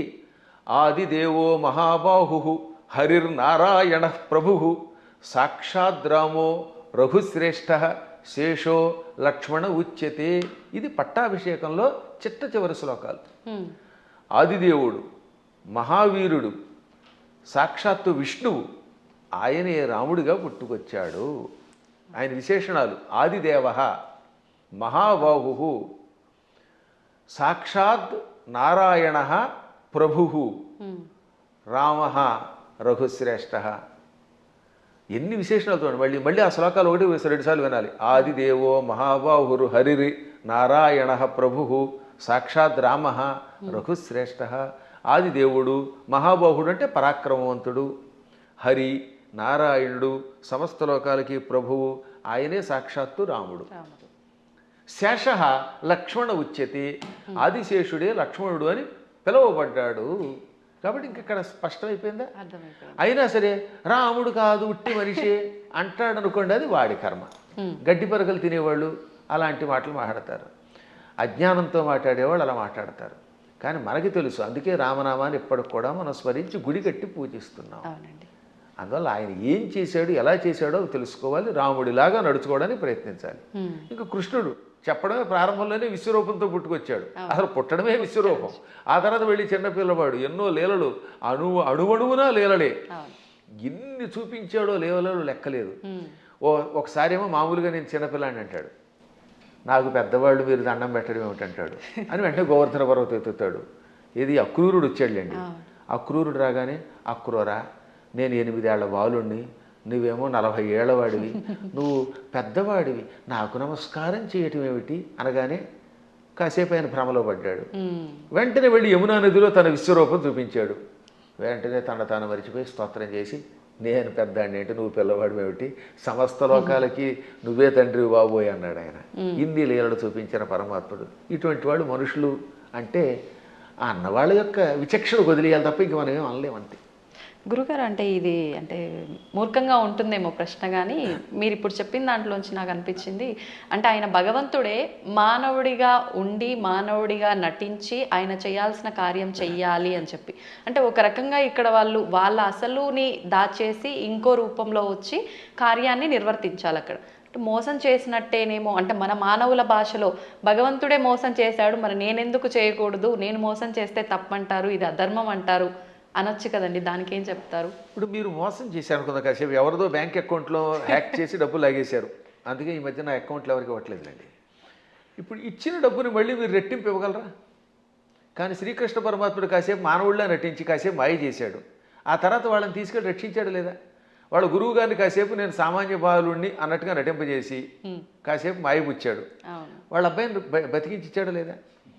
అలాగే గోపాలకులంతా ఉన్నారు అక్కడ, వాళ్ళందరి దగ్గర కాసేపు చిన్నపిల్లాడిలాగా మాయపుచ్చాడు. కానీ కష్టం రాగానే ఇంద్రయాగం ఆపేసిన వెంటనే ఇంద్రుడు వర్షం కురిపించాడు హోరాత్రులు, అవునా? ఆ సమయంలో గోవర్ధన పర్వతాన్ని కుడి చేత్తో పైకెత్తి వాళ్ళని రక్షించాడు లేదా? చిటికిన వేలుతో ఎత్తలేదు, చిటికిన వేలు, ఇంకేదో బొటన వేలు, వాడి మొహం, ఇలాంటివన్నీ ఎవడికి తోచింది వాడు చెప్తాడు. కరేణైకేన అన్నారు, అంటే ఒక చేత్తో, అది కూడా దక్షిణ హస్తేన 2 సార్లు వ్యాసుడు రాశాడు. తెలుగులో కూడా గోవర్ధన గిరి ఎత్తెన్ చక్క నొక్క కేలన్ లేలన్ అని పోతన గారు అనువాదం చేశాడు. మళ్ళీ అది ఏ చెయ్యో మనకి తెలియదు కదా, అందుకని తర్వాత పద్యంలో వలకేలదాల్చి అంటే కుడి చేత్తో ఎత్తి విపుల ఛత్రంబు కాబట్టి అన్నాడు, చేత్తో ఎత్తాడు ఆయన. పర్వతాన్ని 7 రోజులు ఎవరెత్తగలరు? అప్పుడు వాళ్ళకి అర్థమైందా లేదా? కాబట్టి పరమాత్ముడు ఎప్పుడు నేను పరమాత్ముడిని భూలోకంలో ఉన్నప్పుడు చూపిస్తే తన లీలలు, అప్పుడు అవతల వాళ్ళు ఈయంతో సన్నిహితంగా మెలగలేరు. ఇప్పుడు మీ పై ఆఫీసర్ ఎప్పుడు స్ట్రిక్ట్గా నేను ఆఫీసర్ని కూర్చుంటే మీరు ఏం ఉద్యోగం చేస్తారు? ఈ దిక్కుమాలాడు శాడిస్ట్ దొరికాడు అంటారా లేదా? అంటారండి. ఏడిపించేస్తే మీకు స్వేచ్ఛ ఇవ్వాలి. అందువల్ల ఆఫీసర్, బహుశా మీదైనా ఆఫీస్ అనుకుంటున్నాను, నాకు తెలియదు అది. ఒకవేళ ఇతరుల దగ్గర ఉద్యోగం చేస్తే ఆ ఉద్యోగం చేసినంతసేపు అవతల వాడు ప్రేమగా చూడాలి. ఇప్పుడు నా దగ్గర చాలామంది పనిచేస్తున్నారు, అర్చకులు పనిచేస్తున్నారు. నాతో పాటు మీరు చూశారు కదా, నాతో పాటు ఓ సహాయకుడు వస్తాడు రాజు. మా అర్చకులు సాయి మనోజ్ కానీ లేకపోతే పవన్ శర్మ కానీ, వీళ్ళు నన్ను ప్రేమగా తండ్రిలా భావించి కూడా ఉంటున్నారు కాబట్టి ఇంత హాయిగా ఉంటున్నారు. వాళ్ళు ఎందుకు ఖర్చు పెట్టారు, ఎలా చేశారు నేను అడగను. అప్పుడు వాళ్ళు ఇంకా నిజాయితీగా ఉంటారు. అవునండి. ఇంట్లో వంటకి మాకు చిన్నప్పుడు ఒక ఆయన ఉండేవాడు, ఒక హౌస్లో ఉండేవాళ్ళండి. ఆయన కోటీశ్వరుడు, బంగారపు అధిపతి. వంట ఆవిడికి వేరుశనగ గుళ్ళు ఇచ్చి ఎన్ని గుళ్ళు ఖర్చు పెట్టేమని వాడు ఆయన. ఎన్ని గ్రాములు కాదు, 100 గింజలు ఇచ్చి ఈ పూటకి 10 గింజలు, రేపు మళ్ళీ పోపులో 10 గింజలు, 10 మినప గింజలు, 10 శనగ గింజలు ఉన్నారా ఇలాంటి ఉన్నారు. అయ్యో మీ అదృష్టం వల్ల మీకు మంచివాళ్ళు దొరుకుతున్నారమ్మా, నా బొట్టి వాళ్ళు మహానుభావులు దొరుకుతారు కాబట్టి మీకు తెలియట్లేదు. కానీ బయట ఇలాంటి పిసినగొట్లే ఎక్కువ మంది ఉన్నారు. కాబట్టి ఎందుకు చెప్తానంటే ఈ లెక్కలన్నీ అడిగితే ఆ వంట ఆవిడ ఇంట్లో పని చేయగలదా? అస్సలు చేయలేదు. ఆఫీసర్ల దగ్గర మనం ఉద్యోగం చేయగలమా? అందువల్ల ఏమవుతానమాట వాళ్ళు బిగుసుకుపోయి స్ట్రిక్ట్గా ఉండి అనుక్షణం ఏడిపిస్తే మనం చేయలేం. అందుకని పరమాత్మ స్నేహితుడిగా, కొడుకుగా, కొన్ని చోట్ల తండ్రిగా, కొన్ని చోట్ల మిత్రుడిగా, కొంతమందికి భర్తగా, మరికొంతమందికి ఇంకో రకంగా, ఇన్ని రకాలుగా నటించి వాళ్ళల్లో ఒకడై సామాన్యుడిలో ఉన్నాడు. అది ప్రేమగా వాళ్ళతో నటించడం తప్ప మోసం చేయటం కాదు. అలా వాళ్ళతో ప్రేమగా ఉండి వాళ్ళ చేత సేవ చేయించుకుంటూ లేక తాను సేవ చేస్తూ కష్టాలు వచ్చినప్పుడు కష్టాలు తొలగించి కొందరికి మోక్షం ఇచ్చి కొందరికి సంపదించి కాపాడాడు. ఇప్పుడు కుచేలుడు ఉన్నాడు. కుచేలుడికి అడగకుండానే ఇక్కడ నుంచే ఇళ్ళు పంపాడు.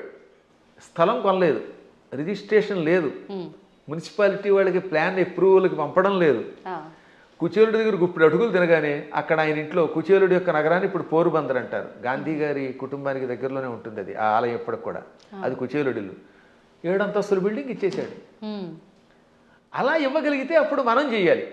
అందువల్ల మనం మోసం చెయ్యడం ఎలాగా అనేది కథల్లో నేర్చుకుంటున్నాం, కానీ ప్రేమ చూపించడం, మహిమలు చూపించడం నేర్చుకోవట్లేదు. కాబట్టి శ్రీకృష్ణ పరమాత్ముడు చేసినట్టుగా మనం ఎక్కడ చేయగలుగుతాం? 16,000 మంది రాజకన్యకల్ని నరకాసురుడు జైల్లో పెట్టి హింసించి మానభంగం చేసి ఏడిపించాడు. పాపం దిక్కు లేకుండా అయిపోయారు.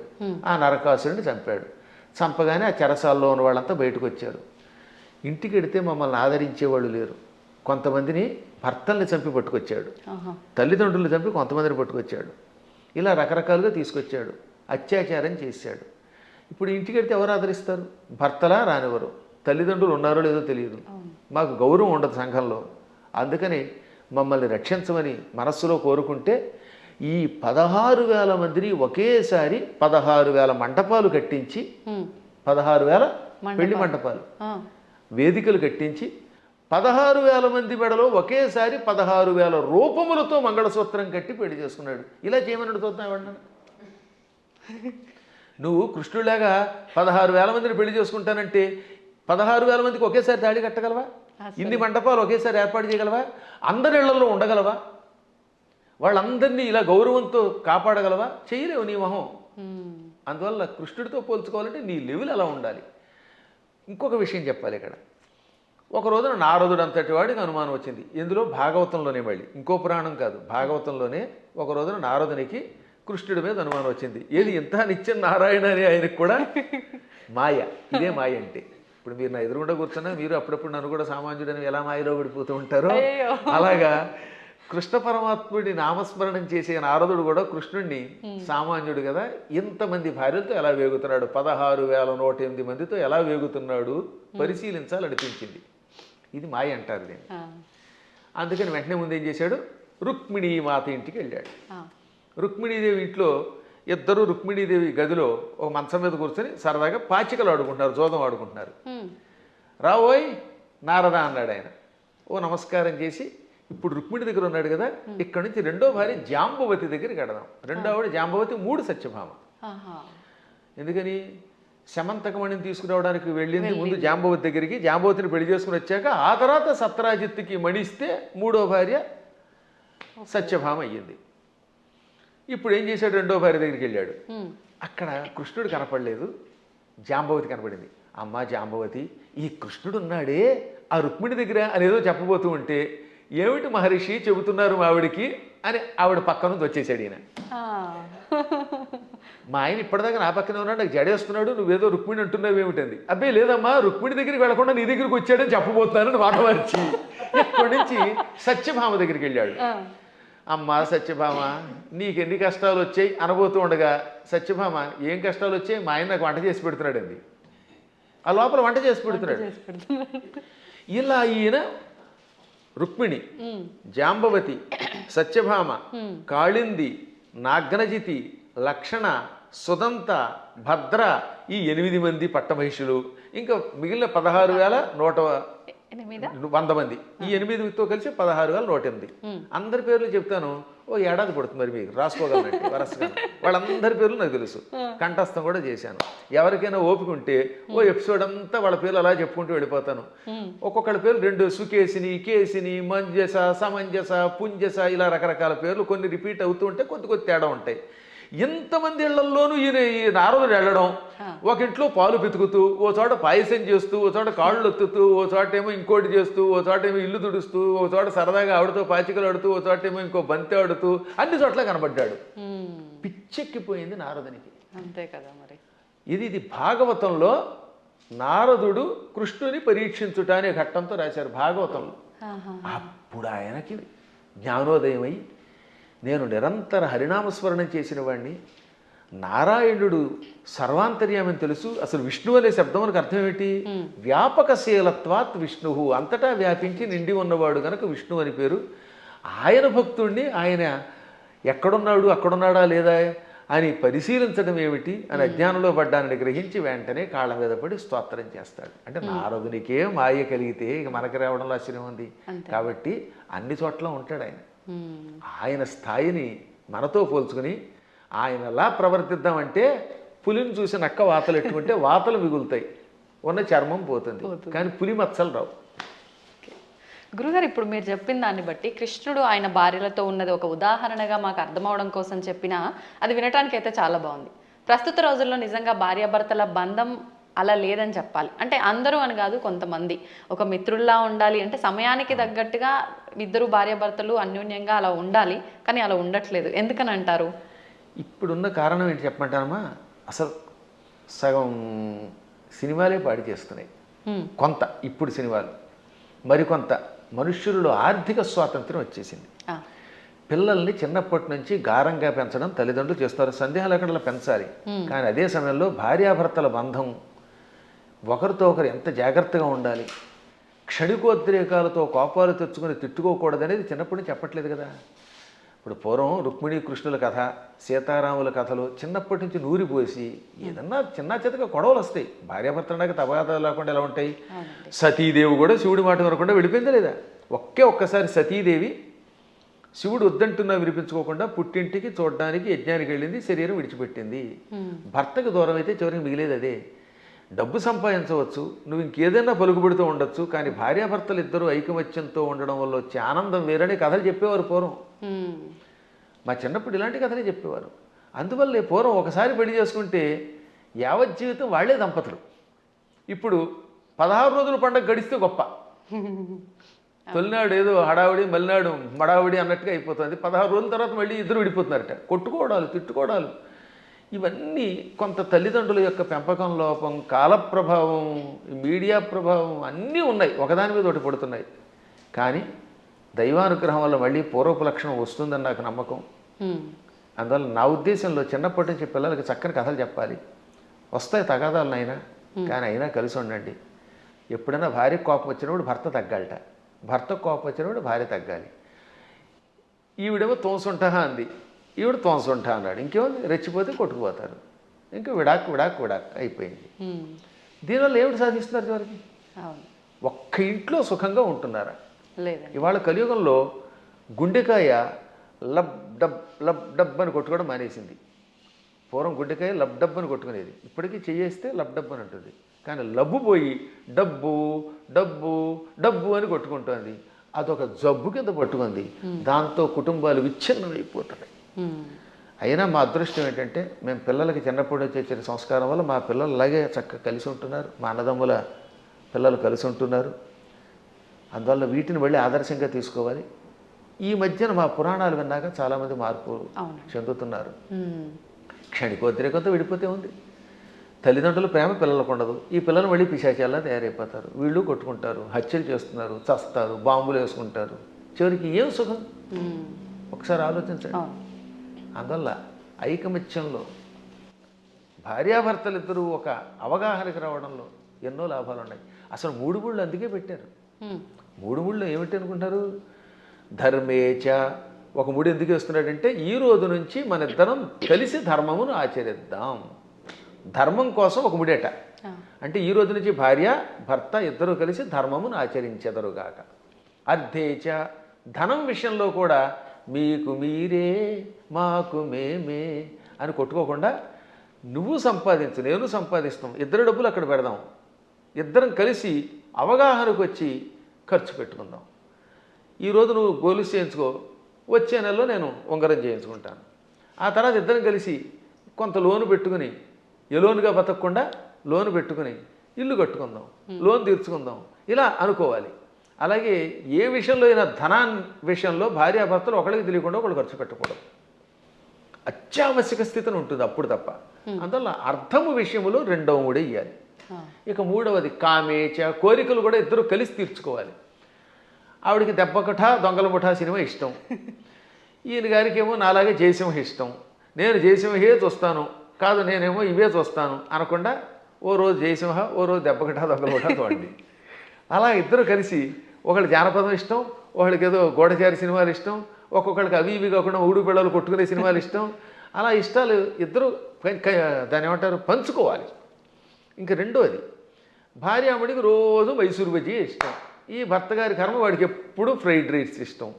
అప్పుడు ఇద్దరు కొట్టుకోకుండా రెండూ చేసుకుని రెండు చెరిసగా తినమనండి, ఏం చేస్తాం? అలా కోరికలు కూడా కలిసి తీర్చుకోవాలి. అందుకని ధర్మేచ అర్థేచ కామేచ నాతి చరామి అన్నాడు ఆయన. నాతి చరితవ్యం అని పురోహితులు వారు మంత్రం చెబుతారు. అతి చరితవ్యం అంటే దాటి వెళ్ళుట, చెప్పకుండా చేయుట. నా అతి చరితవ్యం అంటే దాటి వెళ్ళను. ధర్మ అర్థకామములలో నీ మాటే వింటాను, నిన్ను దాటి వెళ్ళను అని మంత్రం పురోహితులు వారు చెప్పమరగానే, బ్రహ్మగారు చెప్పమరగానే ఈయన నాతిచరామి అంటాడు. నా అతిచరామి. అతిచరామి అంటే నిన్ను దాటి వెడతాను, నీకు చెప్పకుండా చేస్తాను. నా అతిచరామి కలిస్తే సవర్ణ దీర్ఘసంధి, నా అతి అది నైతత్పురుషం సమాసంలో, అది నాతి అవుతుంది. నాతి చరామి అంటే నిన్ను దాటి వెళ్ళను, నీకు చెప్పకుండా చేయనని ప్రతిజ్ఞ చేస్తున్నాడు మొగుడు.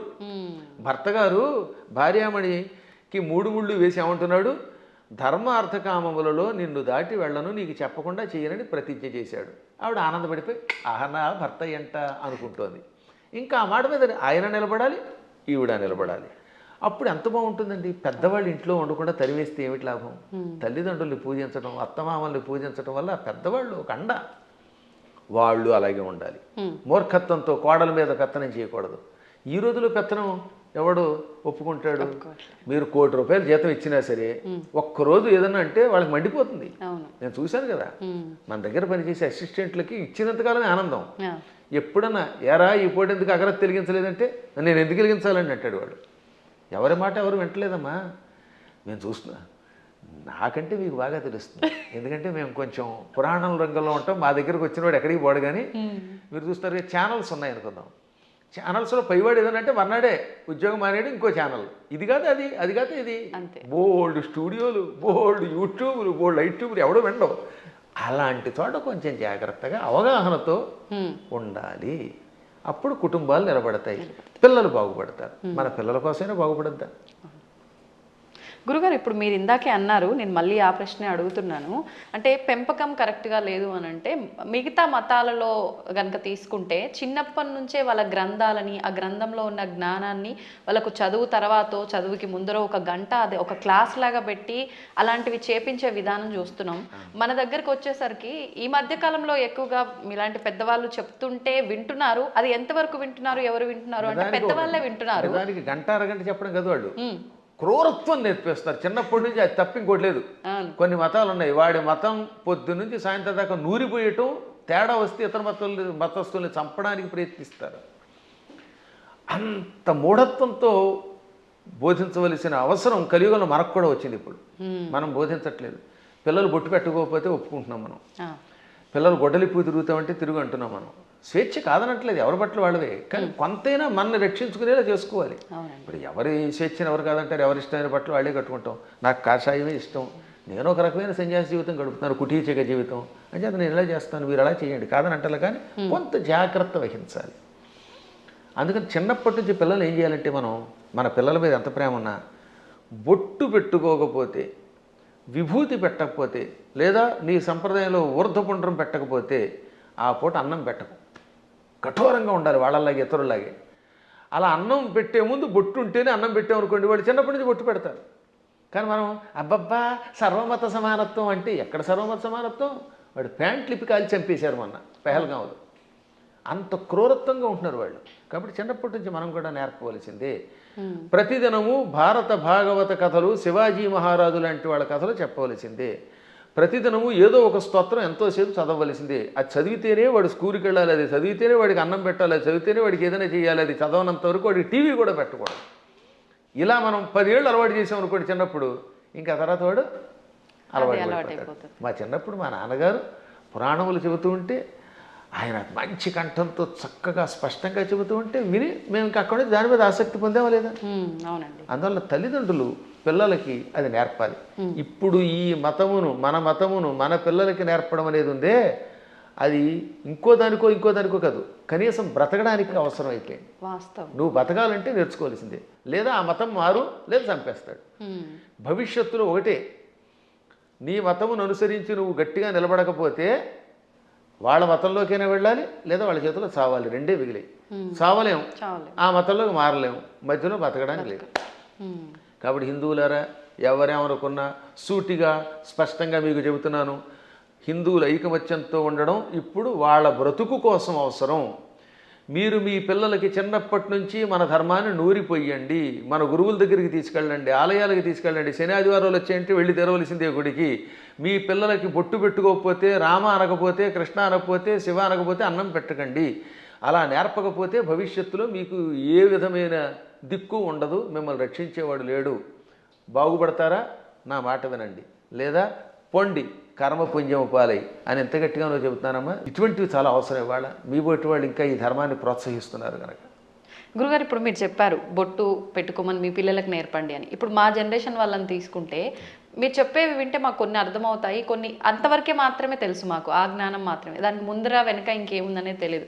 ఇప్పుడు అన్నారు బొట్టు పెట్టుకోవాలమ్మా, అది మన ధర్మం అని చెప్పి, నేను వెళ్ళి ఇప్పుడు అదే సేమ్ నా పిల్లలకి చెప్పాను అనుకోండి, అవును బొట్టు పెట్టుకోవడం మన హిందూ ధర్మంలో ఉంది, అసలు ఎందుకు పెట్టుకోవాలి, దాని వెనకాల రీజన్ ఏంటి అడిగితే మా బోటి వల్ల అసలు మేము చెప్పలేకపోతున్నాము. ముందు ఒకటి చెప్పండి వాళ్ళకి.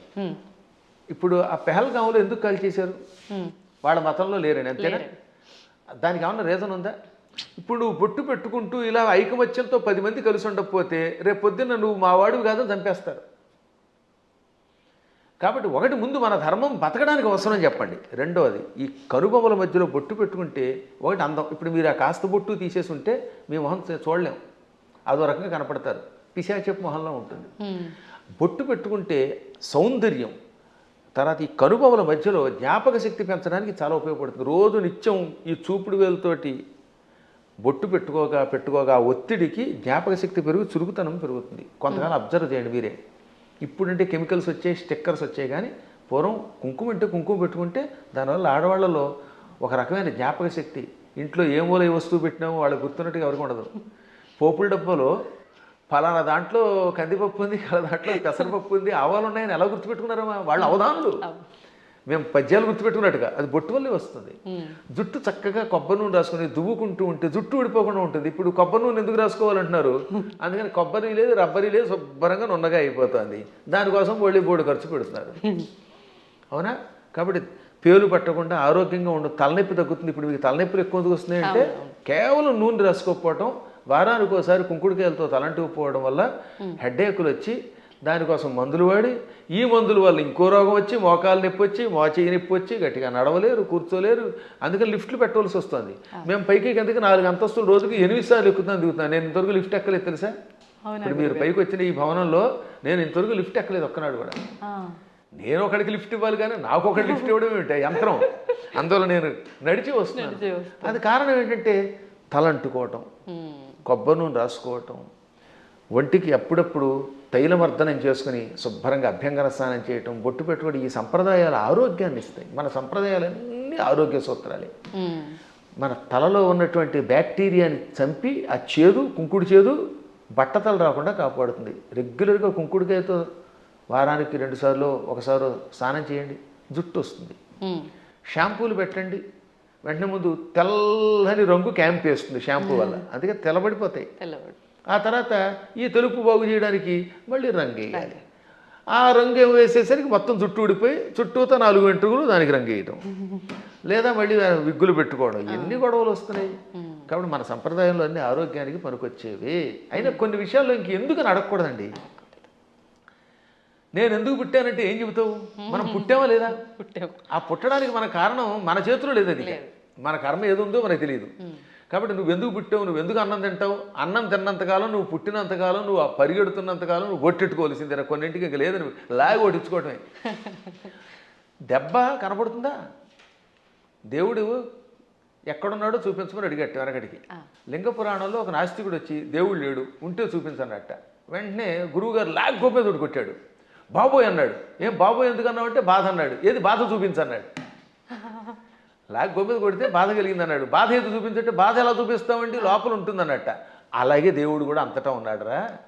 ఈ బాధలో, ఆనందంలో, వెలుతురులో, జలంలో ఉన్నది ఆ చైతన్యమే. అది లేకుండా పుట్టావు. లేకపోతే ఎముకల పోగు, ఆ ఎముకల పోగు మీద మళ్ళీ రకరకాల నరాలు, ఆ నరాలను అంటి పెట్టుకుని చీము, నెత్తురు, మాంసం, కండరాలు, మోకాళ్ళల్లో గుజ్జు, మా చేతుల్లో గుజ్జు, కళ్ళల్లో, గుడ్లల్లో చూపు, ఇవన్నీ పెట్టి పైన చర్మం పెట్టి ఓ సౌందర్యం ఇచ్చాడు ఈ శరీరానికి.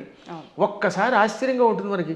దీని కింద ఎన్ని నాడులు, మనం తిన్న అన్నం గిలకొట్టబడి జీర్ణమై రక్తంగా మారుతుందా, ఆ రక్తం వీటన్నిటికుండా ప్రవహిస్తున్నదా. అసలు ఎంత అద్భుతమైన యంత్రం. ఈ యంత్రాన్ని ఇంకెవడన్నా రీప్లేస్ చేయగలడా? మోకాళ్ళ చెప్పులు మారిస్తే ఒరిజినాలిటీ ఎక్కడ ఉంటుంది? వంగలేవు, కూర్చోలేవు నువ్వు. ఈ ముక్కు మారిస్తే దీంట్లో ఉన్న ఉండవు. ఇటువంటి శరీరం ఒక్కసారి స్తంభించిపోతే ఎందుకు పనికిరాకుండా అయిపోతే అది ఎందుకు పనికిరాకుండా కుళ్ళిపోతుంది. మళ్ళీ దీన్ని కుళ్ళిపోయి పాడైపోవడానికి వీలుగా లోపల బ్యాక్టీరియా పెట్టాడు. పురుగులు వచ్చి తగలబెట్టకపోతే, కాల్చకపోతే, ఈ శరీరం కొంతకాలం అలా మూలండిపోతే లోపల కొత్త పురుగులు పుట్టి దీన్ని తినేసి మళ్ళీ అవి నాశనం అయిపోతాయి. శుద్ధి చేసి వెళ్ళిపోతున్నది. అటువంటి ఈ అస్థిపంజరాన్ని దీని మీద ఇన్ని రకాలైన విశేషాలని పెట్టి సృష్టి కొంతకాలం నడిపిస్తూ మళ్ళీ వీడు వెళ్ళిపోయాక ఎక్కడికి వెళ్ళాడో తెలియకుండా చేసే అపూర్వమైన ఆ అద్భుత దివ్యశక్తే పరమాత్మ అంటే. కాబట్టి వాడు అంతటా ఉన్నాడు. పిల్లలకి పిడివాదం కాకుండా చిన్నప్పటి నుంచి కనుక నేర్పితే 8 ఏళ్ళు వచ్చాక మనం నేర్పలేము.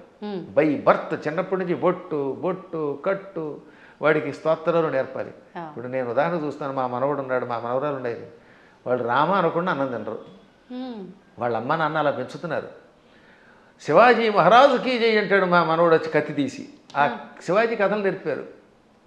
ఆ రకంగా చిన్నప్పటి నుంచి నేర్పితే ఖచ్చితంగా ఈ మార్గంలో వస్తారు. నేర్పినారని దరిద్రులు కొంతమంది ఉంటారు, కొంతమంది క్రూరులు. ఆ కమ్యూనిస్టులు మనమేం బాగు చేయలేము.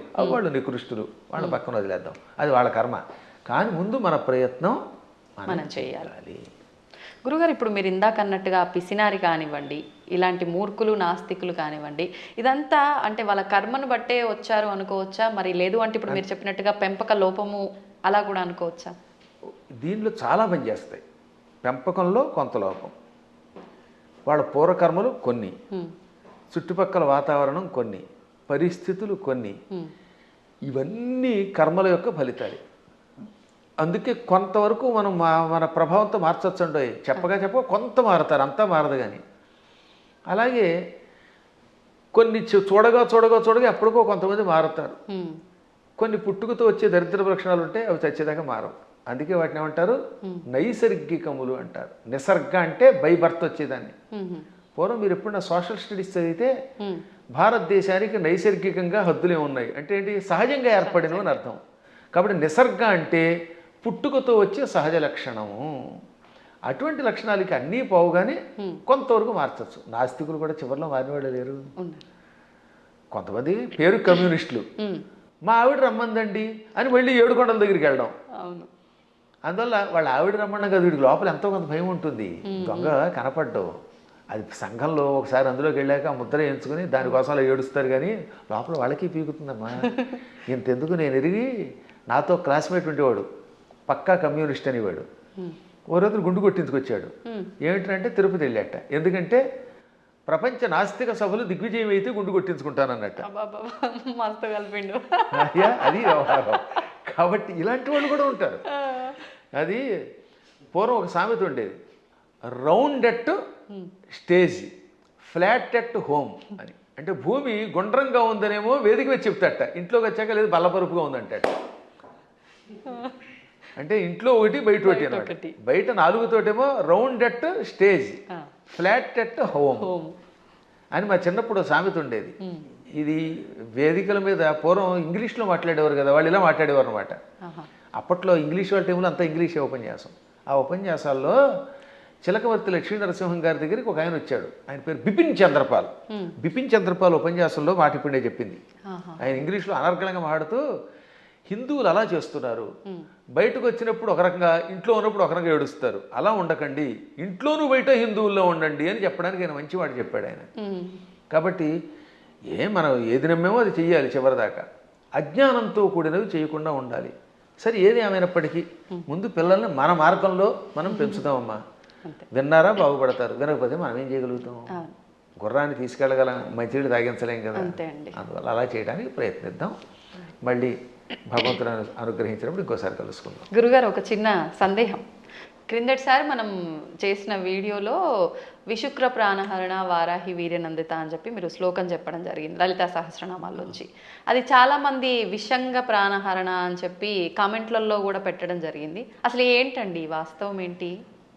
ఇక్కడ 2 రకాలు.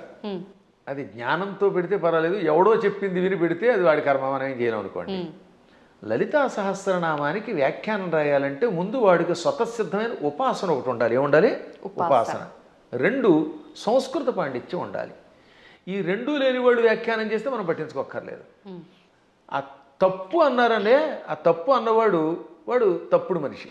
ఆ తప్పు కాదు, పాఠాంతరం అనాలి. దాన్ని ఏమనాలి? పాఠాంతరం. కొంతమంది ఇది తప్పండి అని. ఇంతకీ ఇది మీరు ఎప్పుడు నన్ను అడిగింది ఏంటంటే వారాహి దేవత గురించి అడిగారు. అందులో భాగంగా ఈ నామానికి కూడా అర్థం చెప్పాను. విశుక్ర ప్రాణహరణ వారాహి వీర్యనందిత అని లలితా సహస్రనామంలో ఒక నామం ఉన్నది.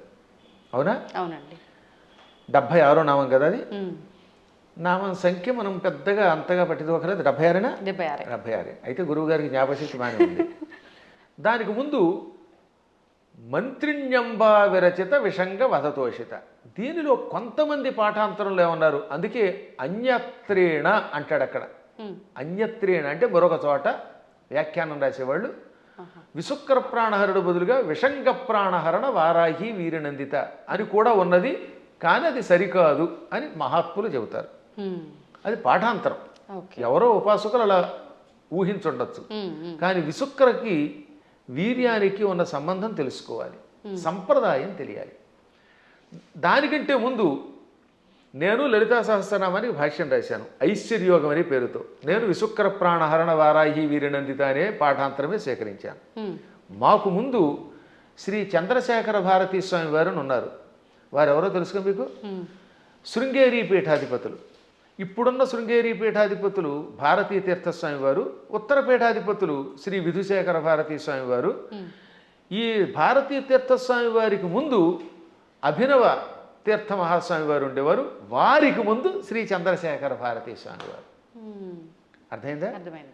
ఆ స్వామి వారి దగ్గర మేము దీని ప్రస్తావన మా నాన్నగారు తీసుకొచ్చారు. నేను వెళ్ళింది భారతీ తీర్థస్వామి వారు చూశాను, అభినవ తీర్థస్వామి వారు కూడా చిన్నప్పుడు చూశాను, నాకు పెద్ద తెలియదు. భారతీ తీర్థస్వామి వారు మహానుభావులు, అజ్ఞానాంజాహ్నవీ తీర్థమే అయిన ఆ మహాత్ముల ఆశీస్సులు నాకు చాలాసార్లు లభించాయి. నేను దాదాపు అందరి పీఠాధిపతుల దగ్గరికి వెళ్ళాను ఉపాసన విషయం తెలుసుకోవడానికి. ఇప్పుడు కంచిపీఠం శ్రీ విజయేంద్ర సరస్వతి స్వామి వారు నేను కనబడితే గుర్తుపెట్టేస్తారు. మొన్న కూడా ఇక్కడ పురాణం చెబితే ప్రత్యేకంగా ఇచ్చారు. అసలు ఎంత గొప్ప అద్భుతమైన మనిషి అంటే ఆయన. మనిషి అంటే అది ప్రేమగా అంటున్నాను తప్ప సద్గురువు విజయేంద్ర సరస్వతి స్వామి వారు కంచిపీఠాధిపతులు. ఇప్పుడు మేము 2012వ సంవత్సరంలో, ఎప్పుడు 2012 అంటే 13 ఏళ్ల క్రితం కంచిలో పురాణం చెప్పాను నేను. అప్పుడు నేను ఇది ఇందాక చెప్పానే దేవి అపరాధ క్షమాపణ స్తోత్రం, భవాని తత్పాణి గ్రహణ, ఆ శ్లోకానికి భాష్యం చెబుతున్నాను. ఎదురుగుండా కూర్చున్నారు శ్రీ విజయేంద్ర సరస్వతి స్వామి వారు. అప్పటికింకా జయేంద్ర సరస్వతుల వారు కూడా ఉన్నారు. ఇద్దరూ నాకు తెలుసున్న వారే. ఇద్దరికీ నేను నమస్కారం చేసుకున్న వాళ్ళని వాళ్ళ ఆశీస్సులు పొందాను. అప్పుడు ఈ విజయేంద్ర సరస్వతి స్వామి వారు ఇలా కుర్చీలో కూర్చున్నారు. బ్రహ్మానంద భరితులు విని అయ్యాక పీఠానికి పిలిచి ఘన సన్మానం చేశారు. మా అమ్మాయి పెళ్లికి చేరిచ్చారు నాకు విజయేంద్ర సరస్వతుల వారు. ఆయనకు ఒక్కసారి ఒక మనిషిని చూస్తే ఎవరి జీవితం గుర్తుపెట్టుకుంటారు. కాబట్టి వారి దగ్గరికి వెళ్ళాను నేను ఇది ఉపాసన విషయాలు తెలుసుకోవడానికి. సరే, మహానుభావులైన పీఠాధిపతులు అందరినీ చూశాను, గణప సత్యానంద స్వామి వారిని ఎరుగుదు నేను. ఇవన్నీ ఎందుకు చెప్పాల్సి వస్తుంది? ఈ చంద్రశేఖర భారతీ స్వామి మహాస్వామి వారు జగద్గురువుల వారి దగ్గర సన్యాసం పుచ్చుకున్న ఒక ఉపాసకుడు ఉన్నాడు. ఆయనని ఎరగలేదు అంటే వాడికి శ్రీచక్రోపాసన గురించి తెలియనివాడు. వాడు శ్రీచక్రము గురించి, లలితా సహస్రనామం గురించి వ్యాఖ్యానం తెలుసుకోవాలంటే తప్పనిసరిగా ఒక ఆయన్ని మనం తలుచుకోవాలి. ఆయనే శ్రీ తుమ్మలపల్లి రామలింగేశ్వరులు వారు. అటువంటి శ్రీచక్రోపాసకులు, అటువంటి సంస్కృత వ్యాకరణ పండితులు, అటువంటి మంత్రోపాసకులు చాలా అరుదు. చిన్నప్పుడే సన్యాసం పుచ్చుకున్న మహానుభావుడు ఆయన. మచిలీపట్నంలో ఉండేవారు ఒకప్పుడు ఆయన. ఆ తర్వాత శృంగేరి పీఠాధిపతుల దగ్గర సన్యాసం పుచ్చుకొని యావత్ ప్రపంచం పర్యటించిన మహానుభావుడు. ఎంత అద్భుతంగా రాశాడండి ఆయన. ఆ మహానుభావుడు కూడా బాలానందిని వ్యాఖ్య లాంటి వ్యాఖ్యలు రాశారు. ఆయన కూడా విషంగా అనే ఒక పాఠాంతరం ఉన్నది, కానీ మేము స్వీకరించట్లేదు. కారణం విశుక్ర ప్రాణహరణ వారాహి వీరనందితాయి నమః అనే స్వీకరించారు. ఇంకా భాస్కర్ రాయలు వారు కూడా విశుక్ర ప్రాణహరణ అని రాశారు. ఎందుకు రాయవలసి వచ్చింది? శుక్రము అంటే వీర్యము, రేతస్సు అని అర్థం. శుక్రాచార్యుడికి ఆ పేరు ఎందుకు వచ్చింది? ఒకప్పుడు శుక్రాచార్యుడు చచ్చిపోయిన రాక్షసుల్ని బతికించడం మొదలెట్టాడు. శివుడు చంపడం, ఆ చచ్చిపోయిన వాళ్ళని ఏం చేసేవాడు? ఈయన మృత సంజీవని విద్యతో బతికించేవాడు. దాంతో చచ్చిన వాళ్ళు బతుకుతూ ఉంటే శివుడికి కోపం వచ్చింది. ఓరి కావ్య, అసలు శుక్రాచార్యుడు అసలు పేరు కావ్యుడు, కావ్య. అందుకే అమ్మాయికి కావ్యశ్రీ అని పేరెట్టండి అంటే శుక్రాచార్యుడికి సంబంధించిందా అని అర్థం అనమాట. సరే, అది పక్కన పెడితే, కావ్య నా దగ్గర మృత సంజీవన విద్య నేర్చుకొని ఆ విద్య నా మీద ప్రయోగిస్తావా? నీవు నేర్పిన విద్య నీరజాక్ష అని అమాంతంగా శుక్రాచార్యుని మింగేశాడు. కడుపులో వేసుకుని ఆ తర్వాత ఇంక ఈయన లేడు కనుక, బతికించేవాళ్ళు లేరు కనుక రాక్షసుని చంపేశాడు. 1000 ఏళ్ళు ఈ కడుపులో ఉన్నాడండి ఆయన. ఈ 1000 ఏళ్ళు ఓం నమ శివాయ అని మంత్రం చెప్పించుకుంటూ మృత సంజీవన విద్య ఉంది కదా, అందువల్ల చావకుండా కడుపులో ఉన్నాడు. లోపల కడుపులో గుడగుడలాడుతున్నాడు ఈయన. మన వాడు కొంతమంది కాఫీ తాగితే గుడగుడలాడినట్టుగా కడుపు. ఒక రోజు పార్వతి ఏంటంటే ఆ కడుపులో గడబడ గుడగడ అంటే ఆ కావ్యుడిని మింగాను అనగానే ఆవిడ జాలిపడి, వాడు మరబెట్ట లాంటి వాడే కదండి, వాడిని ఎంతకాలం కడుపులో ఉంచుతారంటే కొంతకాలం శిక్ష వేశాను, సరే ఇహే నువ్వు రమ్మంటున్నావు కనుక వాడిని బయటికి రప్పిస్తానని, కావ్య నా చరమధాతువు నుంచి అంటే నా రేతస్సు నుంచి బయటికి రా అన్నాడు. నోటితో మింగాను, మళ్ళీ నోటితో బయటికి కక్కితే ఏమవుతాడైనా వాంతి అవుతాడు. వాంతి రూపంలో ఉన్నవాడు గురువుగా పనికిరాడు. కక్కిన వాంతి అశుద్ధం కదా అది. అందుకని శివుడు కూడా నా నోటితో కక్కని నిన్ను నా ధాతువు నుంచి బయటికి రా, అప్పుడు నా కొడుకుతో సమానం అవుతావు అన్నాడు. అప్పుడు ఆయన శివుడి యొక్క గుహ్య ప్రాంతంలో నుంచి రేతస్సు నుంచి బయటకు వచ్చాడు. శుక్రము తెల్లగా ఉంటుంది వీర్యము. ఈ లోపల శివుడి యొక్క వీర్యం నుండి బయటికి రావడం వల్ల అప్పటి నుంచి ఆయన కూడా తెల్లగా అందంగా శివుడిలా తయారయ్యాడు. అందుకని శుక్ర ఆచార్యుడు అన్నారు. అర్థమైందా? అలా శుక్రుడు అయ్యాడు ఆయన. ఇది శివపురాణంలో కాశీఖండంలో ఉంటుంది. నేను చెప్పాను కనుక చాలామందికి తెలుసు, విన్నారు. ఇప్పుడు శుక్రం అంటే ఏమిటనమాట? వీర్యము. అందువల్ల ఆయనకు శుక్రుడిని పేరు వచ్చింది. విశుక్రము అంటే విపరీతమైన విశేషమైన అని అర్థం. వి అనే అక్షరమునకు ఆ ఒక్క అక్షరానికి విశేషమైన వికల్పమైన శుక్రము కలిగినవాడు. అంటే వాడికి విపరీత కామం, చాలా ఎక్కువ రేతస్సు ఉండేది. దాంతో వాడు ఇష్టం వచ్చినట్టు తిరిగేవాడు. ఇప్పుడు వాడు చావాలంటే ఏమవ్వాలి? ఆయుధాలకి చావాడు. వాడిలో ఉన్న రేతస్సంతా లాగేస్తే వాడు చచ్చిపోతాట. అది వాడికి వరం. అందుకని వారాహి దేవత ఏం చేసింది? మొత్తం వాడి శరీరంలో మనం చూడండి స్ట్రా వేసి డ్రింక్ తాగేసినట్టుగా తన కోరలతో, వారాహి దేవత తన కోరలతో వాడి శరీరాన్ని గుచ్చి వాడిలో ఉన్న వీర్యం అంతా తాగివేసింది. ఇక్కడ వీర్యం అంటే పరాక్రమము, రేతస్సు, 2 అర్థాలు. వీర్య శబ్దానికి బలం అని కూడా అర్థం. అందుకే వీర్యము అంటే రాముడిలో వీర్యం ఉందంటే అక్కడ బలం ఉన్నదని అర్థం అనమాట. ఆ బలాన్ని, సత్వాన్ని తాగేసింది. అందువల్ల అక్కడ ఏమన్నాడు? విశుక్ర ప్రాణహరణ. విశుక్రుని యొక్క ప్రాణములను హరించిన, తాగేసిన వారాహి దేవత యొక్క వీర్యమునకు నందిత, సంతోషపడింది లలితది. ఇప్పుడు ఆ విశుక్ర శబ్దానికి ఈ వీర్యానికి ఇంటర్లింక్ ఇప్పుడు మీకు అర్థమైందా? ఆవిడ అక్కడ వీర్యమును తాగేయటం వల్ల ఆ వీర్యమునకు ఆవిడ సంతోషపడింది, ఆ బలానికి సంతోషపడింది. ఇక్కడ విషంగా రాస్తే ఈ రెండింటికి ఉన్న మంత్రార్థాలు, గూఢార్థాలు దెబ్బతింటాయి. ఎందుకంటే కొన్ని చెప్పడానికి స్టేజీ కాబట్టి చెప్పట్లేదు. కాబట్టి విశుక్రుణ్ణి చంపాలంటే వారాహి దేవతే ఉండాలి. అతని ప్రాణం పోవాలంటే లోపల ఉన్న వీర్యమును లాగాలి. వీర్యమును స్వీకరించడం వల్ల ఆవిడ కూడా వీర్యస్వరూపిణి అయ్యింది. ఆవిడ వీర్యస్వరూపిణి అయ్యింది కాబట్టి ఆ వీరత్వానికి ఆవిడ అమ్మవారు సంతోషపడింది. అద్భుతమైనటువంటి భావనలు తెలియాలంటే అక్షరము పరబ్రహ్మముగా ఉపాసించాలి. అందుకే అక్షరమును పరబ్రహ్మం అంటారు. అక్షర పరబ్రహ్మ యోగం అన్నారు. అందుకే భగవద్గీతలో కూడా మా నాన్నగారు చిన్నప్పుడు శబ్ద బ్రహ్మోపాసన చెయ్యాలి అని నాకు చెప్పారు. అంటే శబ్దం ఊరికే పైపైన ఏదో నోటికి వచ్చినట్టు వాగడం కాదు. ఏ శబ్దం వాడినా ఆ శబ్దంలో ప్రతి అక్షరమునకు ఒక అర్థం ఉంటుంది. అర్థం తెలుసుకుని ఉపాసించాలి. ఉదాహరణకి సముద్రము సాగరము రెండింటికి తేడా ఉంది. అల్లసాని పెద్దన ఈ మనుచరిత్రలో ప్రవరుడు అనేవాడు ఏడుస్తున్నప్పుడు చింతాసాగరమన మునిగి అన్నాడు ఆయన. చింతా సముద్రం అనలేదు, సాగరం అని ఎందుకు వాడాడు? సముద్రం అన్నా సాగరం అన్నా ఒకటే కదా. కానీ రెండింటికి ఎంత తేడా ఉందో తెలియాలి. సముద్రం సామాన్యమైనది, చిన్నది. ఒకప్పుడు సముద్రం చిన్నది. సగరుడని ఒక ఆయన ఉన్నాడు. ఆయనకు 60,000 మంది కొడుకులు. ఈ 60,000 మంది భూమిని తెగతవ్వారు, గొయ్యించేసేశారు. ఆ గొయ్యిలోకి సగరుడి యొక్క మునిమనుముడు భగీరథుడు గంగను తెచ్చాడు. ఆ గంగ అందులో పడింది. దాంతో చిన్నగా ఉన్న సముద్రం ఈ సగరు పుత్రుల వల్ల తవ్వబడి ఆ సగరుని యొక్క మునిమనువుడు తెచ్చిన గంగతో పెద్దదయ్యి విశాలమైపోయింది. ఇవాళ చూస్తున్నంత పెద్దదయ్యింది. చిన్నదిగా ఉన్నప్పుడు సముద్రం, విశాలమైపోతే ఏమవుతుందన్నమాట? డెవలప్ చేయబడితే సాగరం. అందుకని అక్కడ అప్రాప్రియేట్ వర్డ్ ఏంటనమాట? దుఃఖం అలా పుట్టి సముద్రం ఎలా అయితే సాగరం అయ్యిందో అలా వ్యాప్తి చెందింది కనుక చింతా సాగరం అన్నాడు ఆయన. ఊరికే తోచిన పదం వాడేయకూడదు అక్కడ. మేము కావ్యాల్లో వాడేటప్పుడు అంత జాగ్రత్తగా వాడతాం.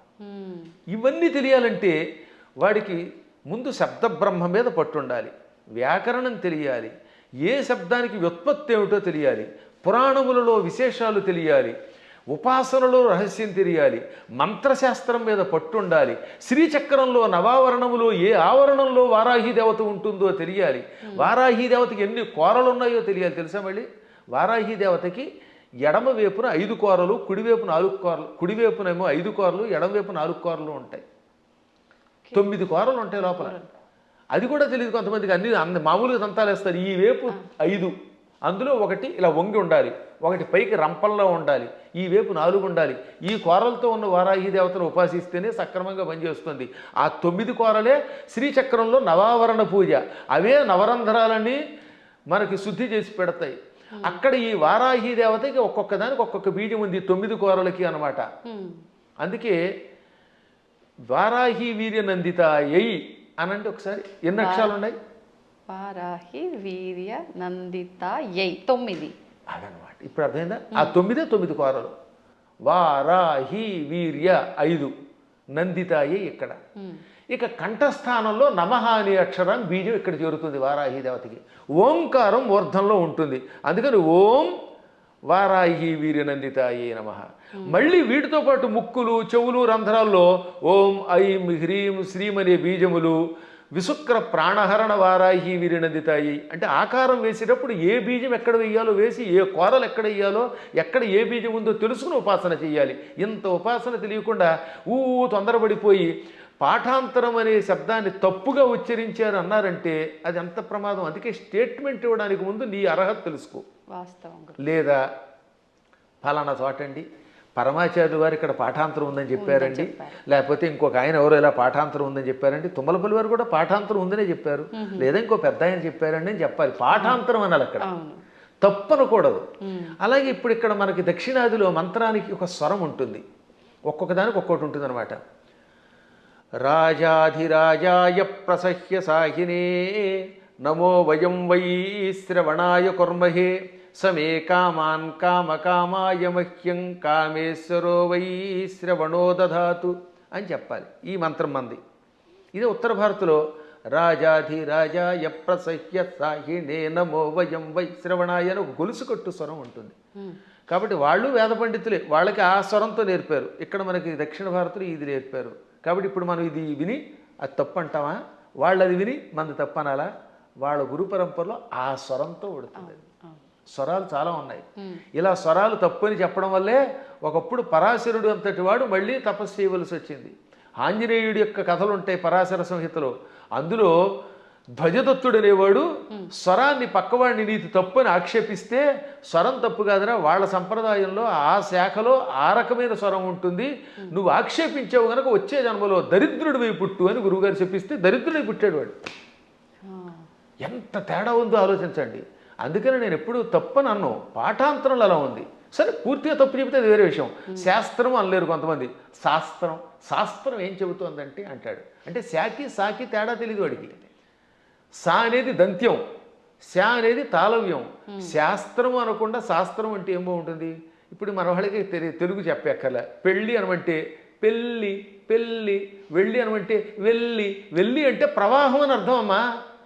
వెళ్ళి రండి అంటే అక్కడ ఇక్కడ నుంచి ఇంకో చోటకి ప్రయాణం అవ్వండి అని. అదే వెళ్ళి అంటే ప్రవాహం.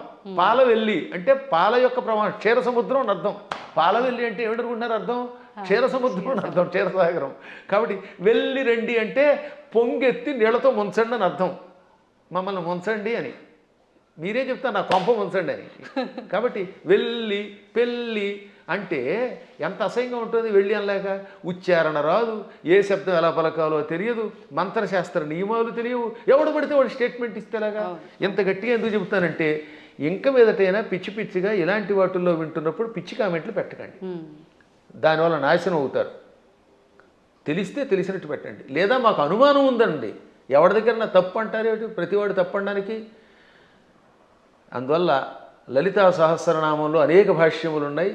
మేము కూడా ఐశ్వర్యయోగం అనే అద్భుతమైనటువంటి ఒక భాష్యం గణపతి సచ్చిదానంద స్వామి వారి యొక్క ఆశీస్సులతో రాసి పెట్టాం. దాన్ని భారతీ తీర్థ మహాస్వామి వారు కూడా సంతోషించి అంగీకరించి పీఠికిచ్చారు. హేమాహేమీరైన జగద్గురువుల యొక్క అనుమతితో రాసినటువంటి గ్రంథాలు. ఎప్పుడైనా మీకు అనుమానం ఉంటే ఒక పాఠాంతరమో అనుమానమో అనండి తప్ప పలానా వాళ్ళ దాంట్లో తప్పు ఉందని తొందరపడి అనకండి. తప్పు అనాలంటే ఆ స్థాయి ఉండాలి, దానికి వివరణ ఇవ్వాలి, అంతే, మూల్యాన్ని చెల్లించాలి. ఇప్పుడు ఏమన్నా అంటే అహంకారం ఉండవు. అహంకారం ఏమీ రాని సన్నాసిగా అహంకారం ఉంటే ఏం మాకెందుకు ఉంటుందమ్మా? దక్షిణాహంకారం ఉండవలసిందే. విశ్వనాథ సత్యనారాయణ గారు ఏమన్నారు తెలుసా? చల్లపిళ్ళ వెంకట శాస్త్రి గారికి నాలాంటి శిష్యుడు ఉండడం ఆయన ఘనత అన్నాడు ఆయన. అదే కాదు అంతే. అప్పుడప్పుడు ఒక్కొక్కసారి భాషా పాండిత్యంలో మేము కూడా అలా అనకపోతే ప్రతి అడ్డమైన వాడు నెత్తి మీద ఎక్కడ మరి. అందువల్ల చిన్నప్పటి నుంచి తిండి తిప్ప మానేసి ఎన్ని శాస్త్రాలు ఎన్ని వ్యాకరణాలు చదువుకున్నాం. 25 శతావధానాలు చేసిన వాడిని ఇంకోటి చూపించండి ప్రస్తుతానికి. మరి ఇన్ని శతావధానాలు చేసిన మమ్మల్నే మీరు నోటికి వచ్చినట్టు ఏదో కామెంట్ పెడితే ఏ అక్షరం ఒక్కరా అని మిమ్మల్ని మేమేమనాలి? అవునా? కాబట్టి సందేహం లేకుండా నేను పండితుండి ఎవడేమనుకున్నా. ఇంకోటమ్మా, అనవసరంగా అహంకారం తెచ్చుకోకూడదు. కానీ అహంకారం ఒక్కోసారి ఉండవలసిందే. పద్మాగర్ గారు సొంత డబ్బా కొడుతున్నాడు అనుకుంటే కొట్టుకోమనండి, ఏం పర్వాలేదు. ఎందుకని? మీరు ఉద్యోగానికి వెళ్ళాలి. ఓ చోట మిమ్మల్ని ఉద్యోగానికి రమ్మన్నారు. అప్పుడు అప్లికేషన్ ఏమని చెప్పాలి మీరు? నేను చవటని, ఆత్మస్తు చేసుకోకూడదు కనుక అంచేత నేను చవటని, నాకేమీ రాదు, వాక్శుద్ధి లేదు, నా మొహం తగలయ్యా, నేను ఇలా ఉంటాను, నాకు ఉద్యోగం ఉండంటే ఇస్తారా? కానీ అప్పుడు ఏం చేయాలి? ఇప్పుడు ఉదాహరణ నేనే ఉద్యోగానికి అప్లై చేశాను ఒకప్పుడు లెక్చరర్గా. ఇప్పుడు గోల్డ్ మెడలిస్ట్ని, ఎంఏలో ఫస్ట్ క్లాస్ నాది, ఫస్ట్ ర్యాంక్ నాది, నేను ఎంఫిల్ చేశాను, పిహెచ్డి చేశాను, లేకపోతే నెట్ పాస్ అయ్యాను, నాకు ఇంత అవధానాలు చేశాను. పండితుడిని అంటే ఉద్యోగం ఇస్తాడా?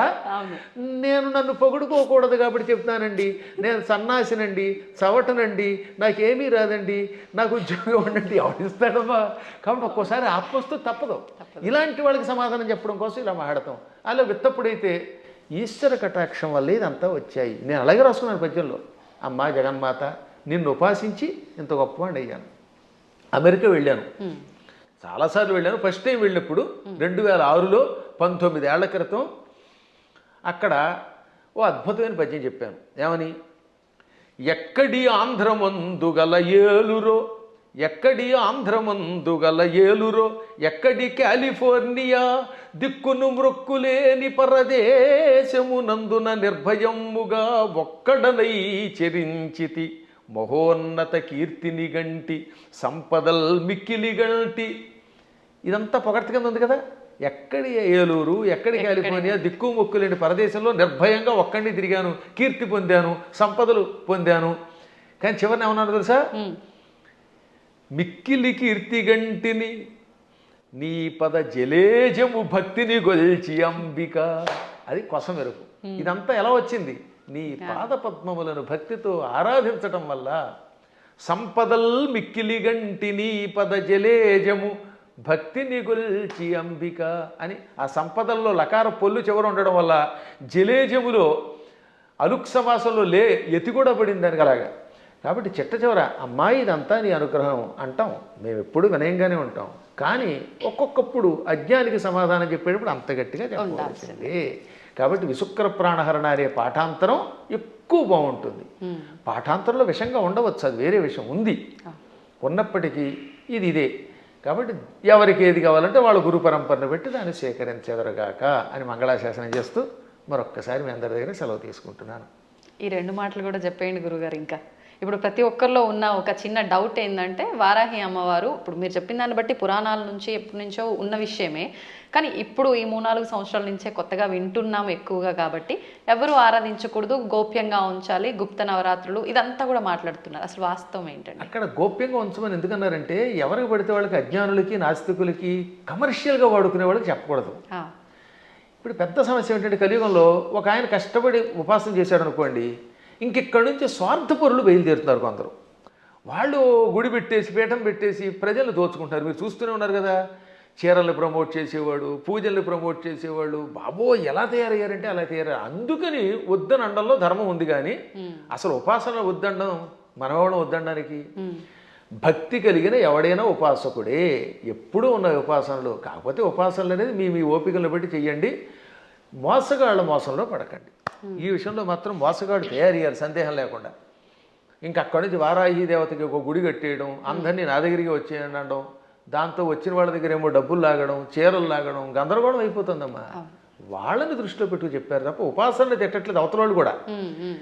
ఈ ఉపాసన పేరు చెప్పి వంచకత్వం ఎక్కువైపోవడం వల్ల వంచకులు దృష్టిలో పెట్టుకుని కొంతమంది వద్దన్నారు తప్ప, అన్నవాళ్ళు కూడా ప్రజల యొక్క బాగుని దృష్టిలో పెట్టుకున్నారు కదా, అది మంచిదే. నిజమైన ఉపాసకులు ఆడంబరం లేకుండా ఉంటారు. ఇప్పుడు ఎప్పుడైనా నేను పూజ చేశాను, ఒక్క పూజ బయట పదే చెప్పుకుంటా, డబ్బా కొట్టుకుంటాం, కొట్టుకోం, అత్యవసరం వస్తుంది ఒక్కోసారి. అలాంటప్పుడు చెప్పాలి తప్ప వీటితోటి అవతల వాళ్ళ దగ్గర డబ్బులు వసూలు చేయడం, వాళ్ళు మోసం చేయడం తప్పే. కానీ వారాహి ఉపాసన ఎప్పటిది కాదు, యోగ యోగాలుగా బ్రహ్మాండ పురాణంలో ఉంది. బ్రహ్మాండ పురాణం వ్యాసుడు రాశాడు, కొన్ని వేల సంవత్సరాల క్రితమే ఉంది. అవి కూడా కాదంటే అది వాళ్ళ కర్మ. సంతోషం అండి. మంచి అంటే ఒక నిర్ధారణ అనేది జరిగింది ప్రతి ఒక్కరికి కూడా. అంటే పెద్ద పెద్ద జ్ఞానులు యోగులే వారాహి అమ్మవారిని ఆరాధించరు, మీరెవరు ఆరాధించడానికి అని ఖచ్చితంగా చెప్పే వాళ్ళు ఉన్నారు ప్రస్తుతం మీడియా ముఖంగా. అసలు లేదు అందరూ ఆరాధించేవాళ్ళు. అంత మొత్తానికి జనాలకి ఏమైపోయిందంటే ఒక క్లారిటీ మిస్ అయిపోతుంది. సంతోషం గురుగారు, చాలా మంచి విషయాలు తెలియజేశారు. ఇంకా సమయం ఉంటే ఇంకా మాట్లాడాలని ఉంది, కానీ ఇప్పటికే చాలా సమయం అయిపోయింది. మీ అనుమతి ఉంటే మరొకసారి మరొక వీడియోలో తప్పకుండా మంచి విషయాలు మాట్లాడుకుందాం. ధన్యవాదాలండి. తవ్వుతున్న శివలింగం సరే, దాన్ని అట్లా కప్పేసేయండి, చూపించదండి. Krishna is there. మూర్తి పూజ కాదు, సాక్షాత్ బ్రజేంద్ర నందన భగవాన్ ఉన్నారు మూర్తిలో.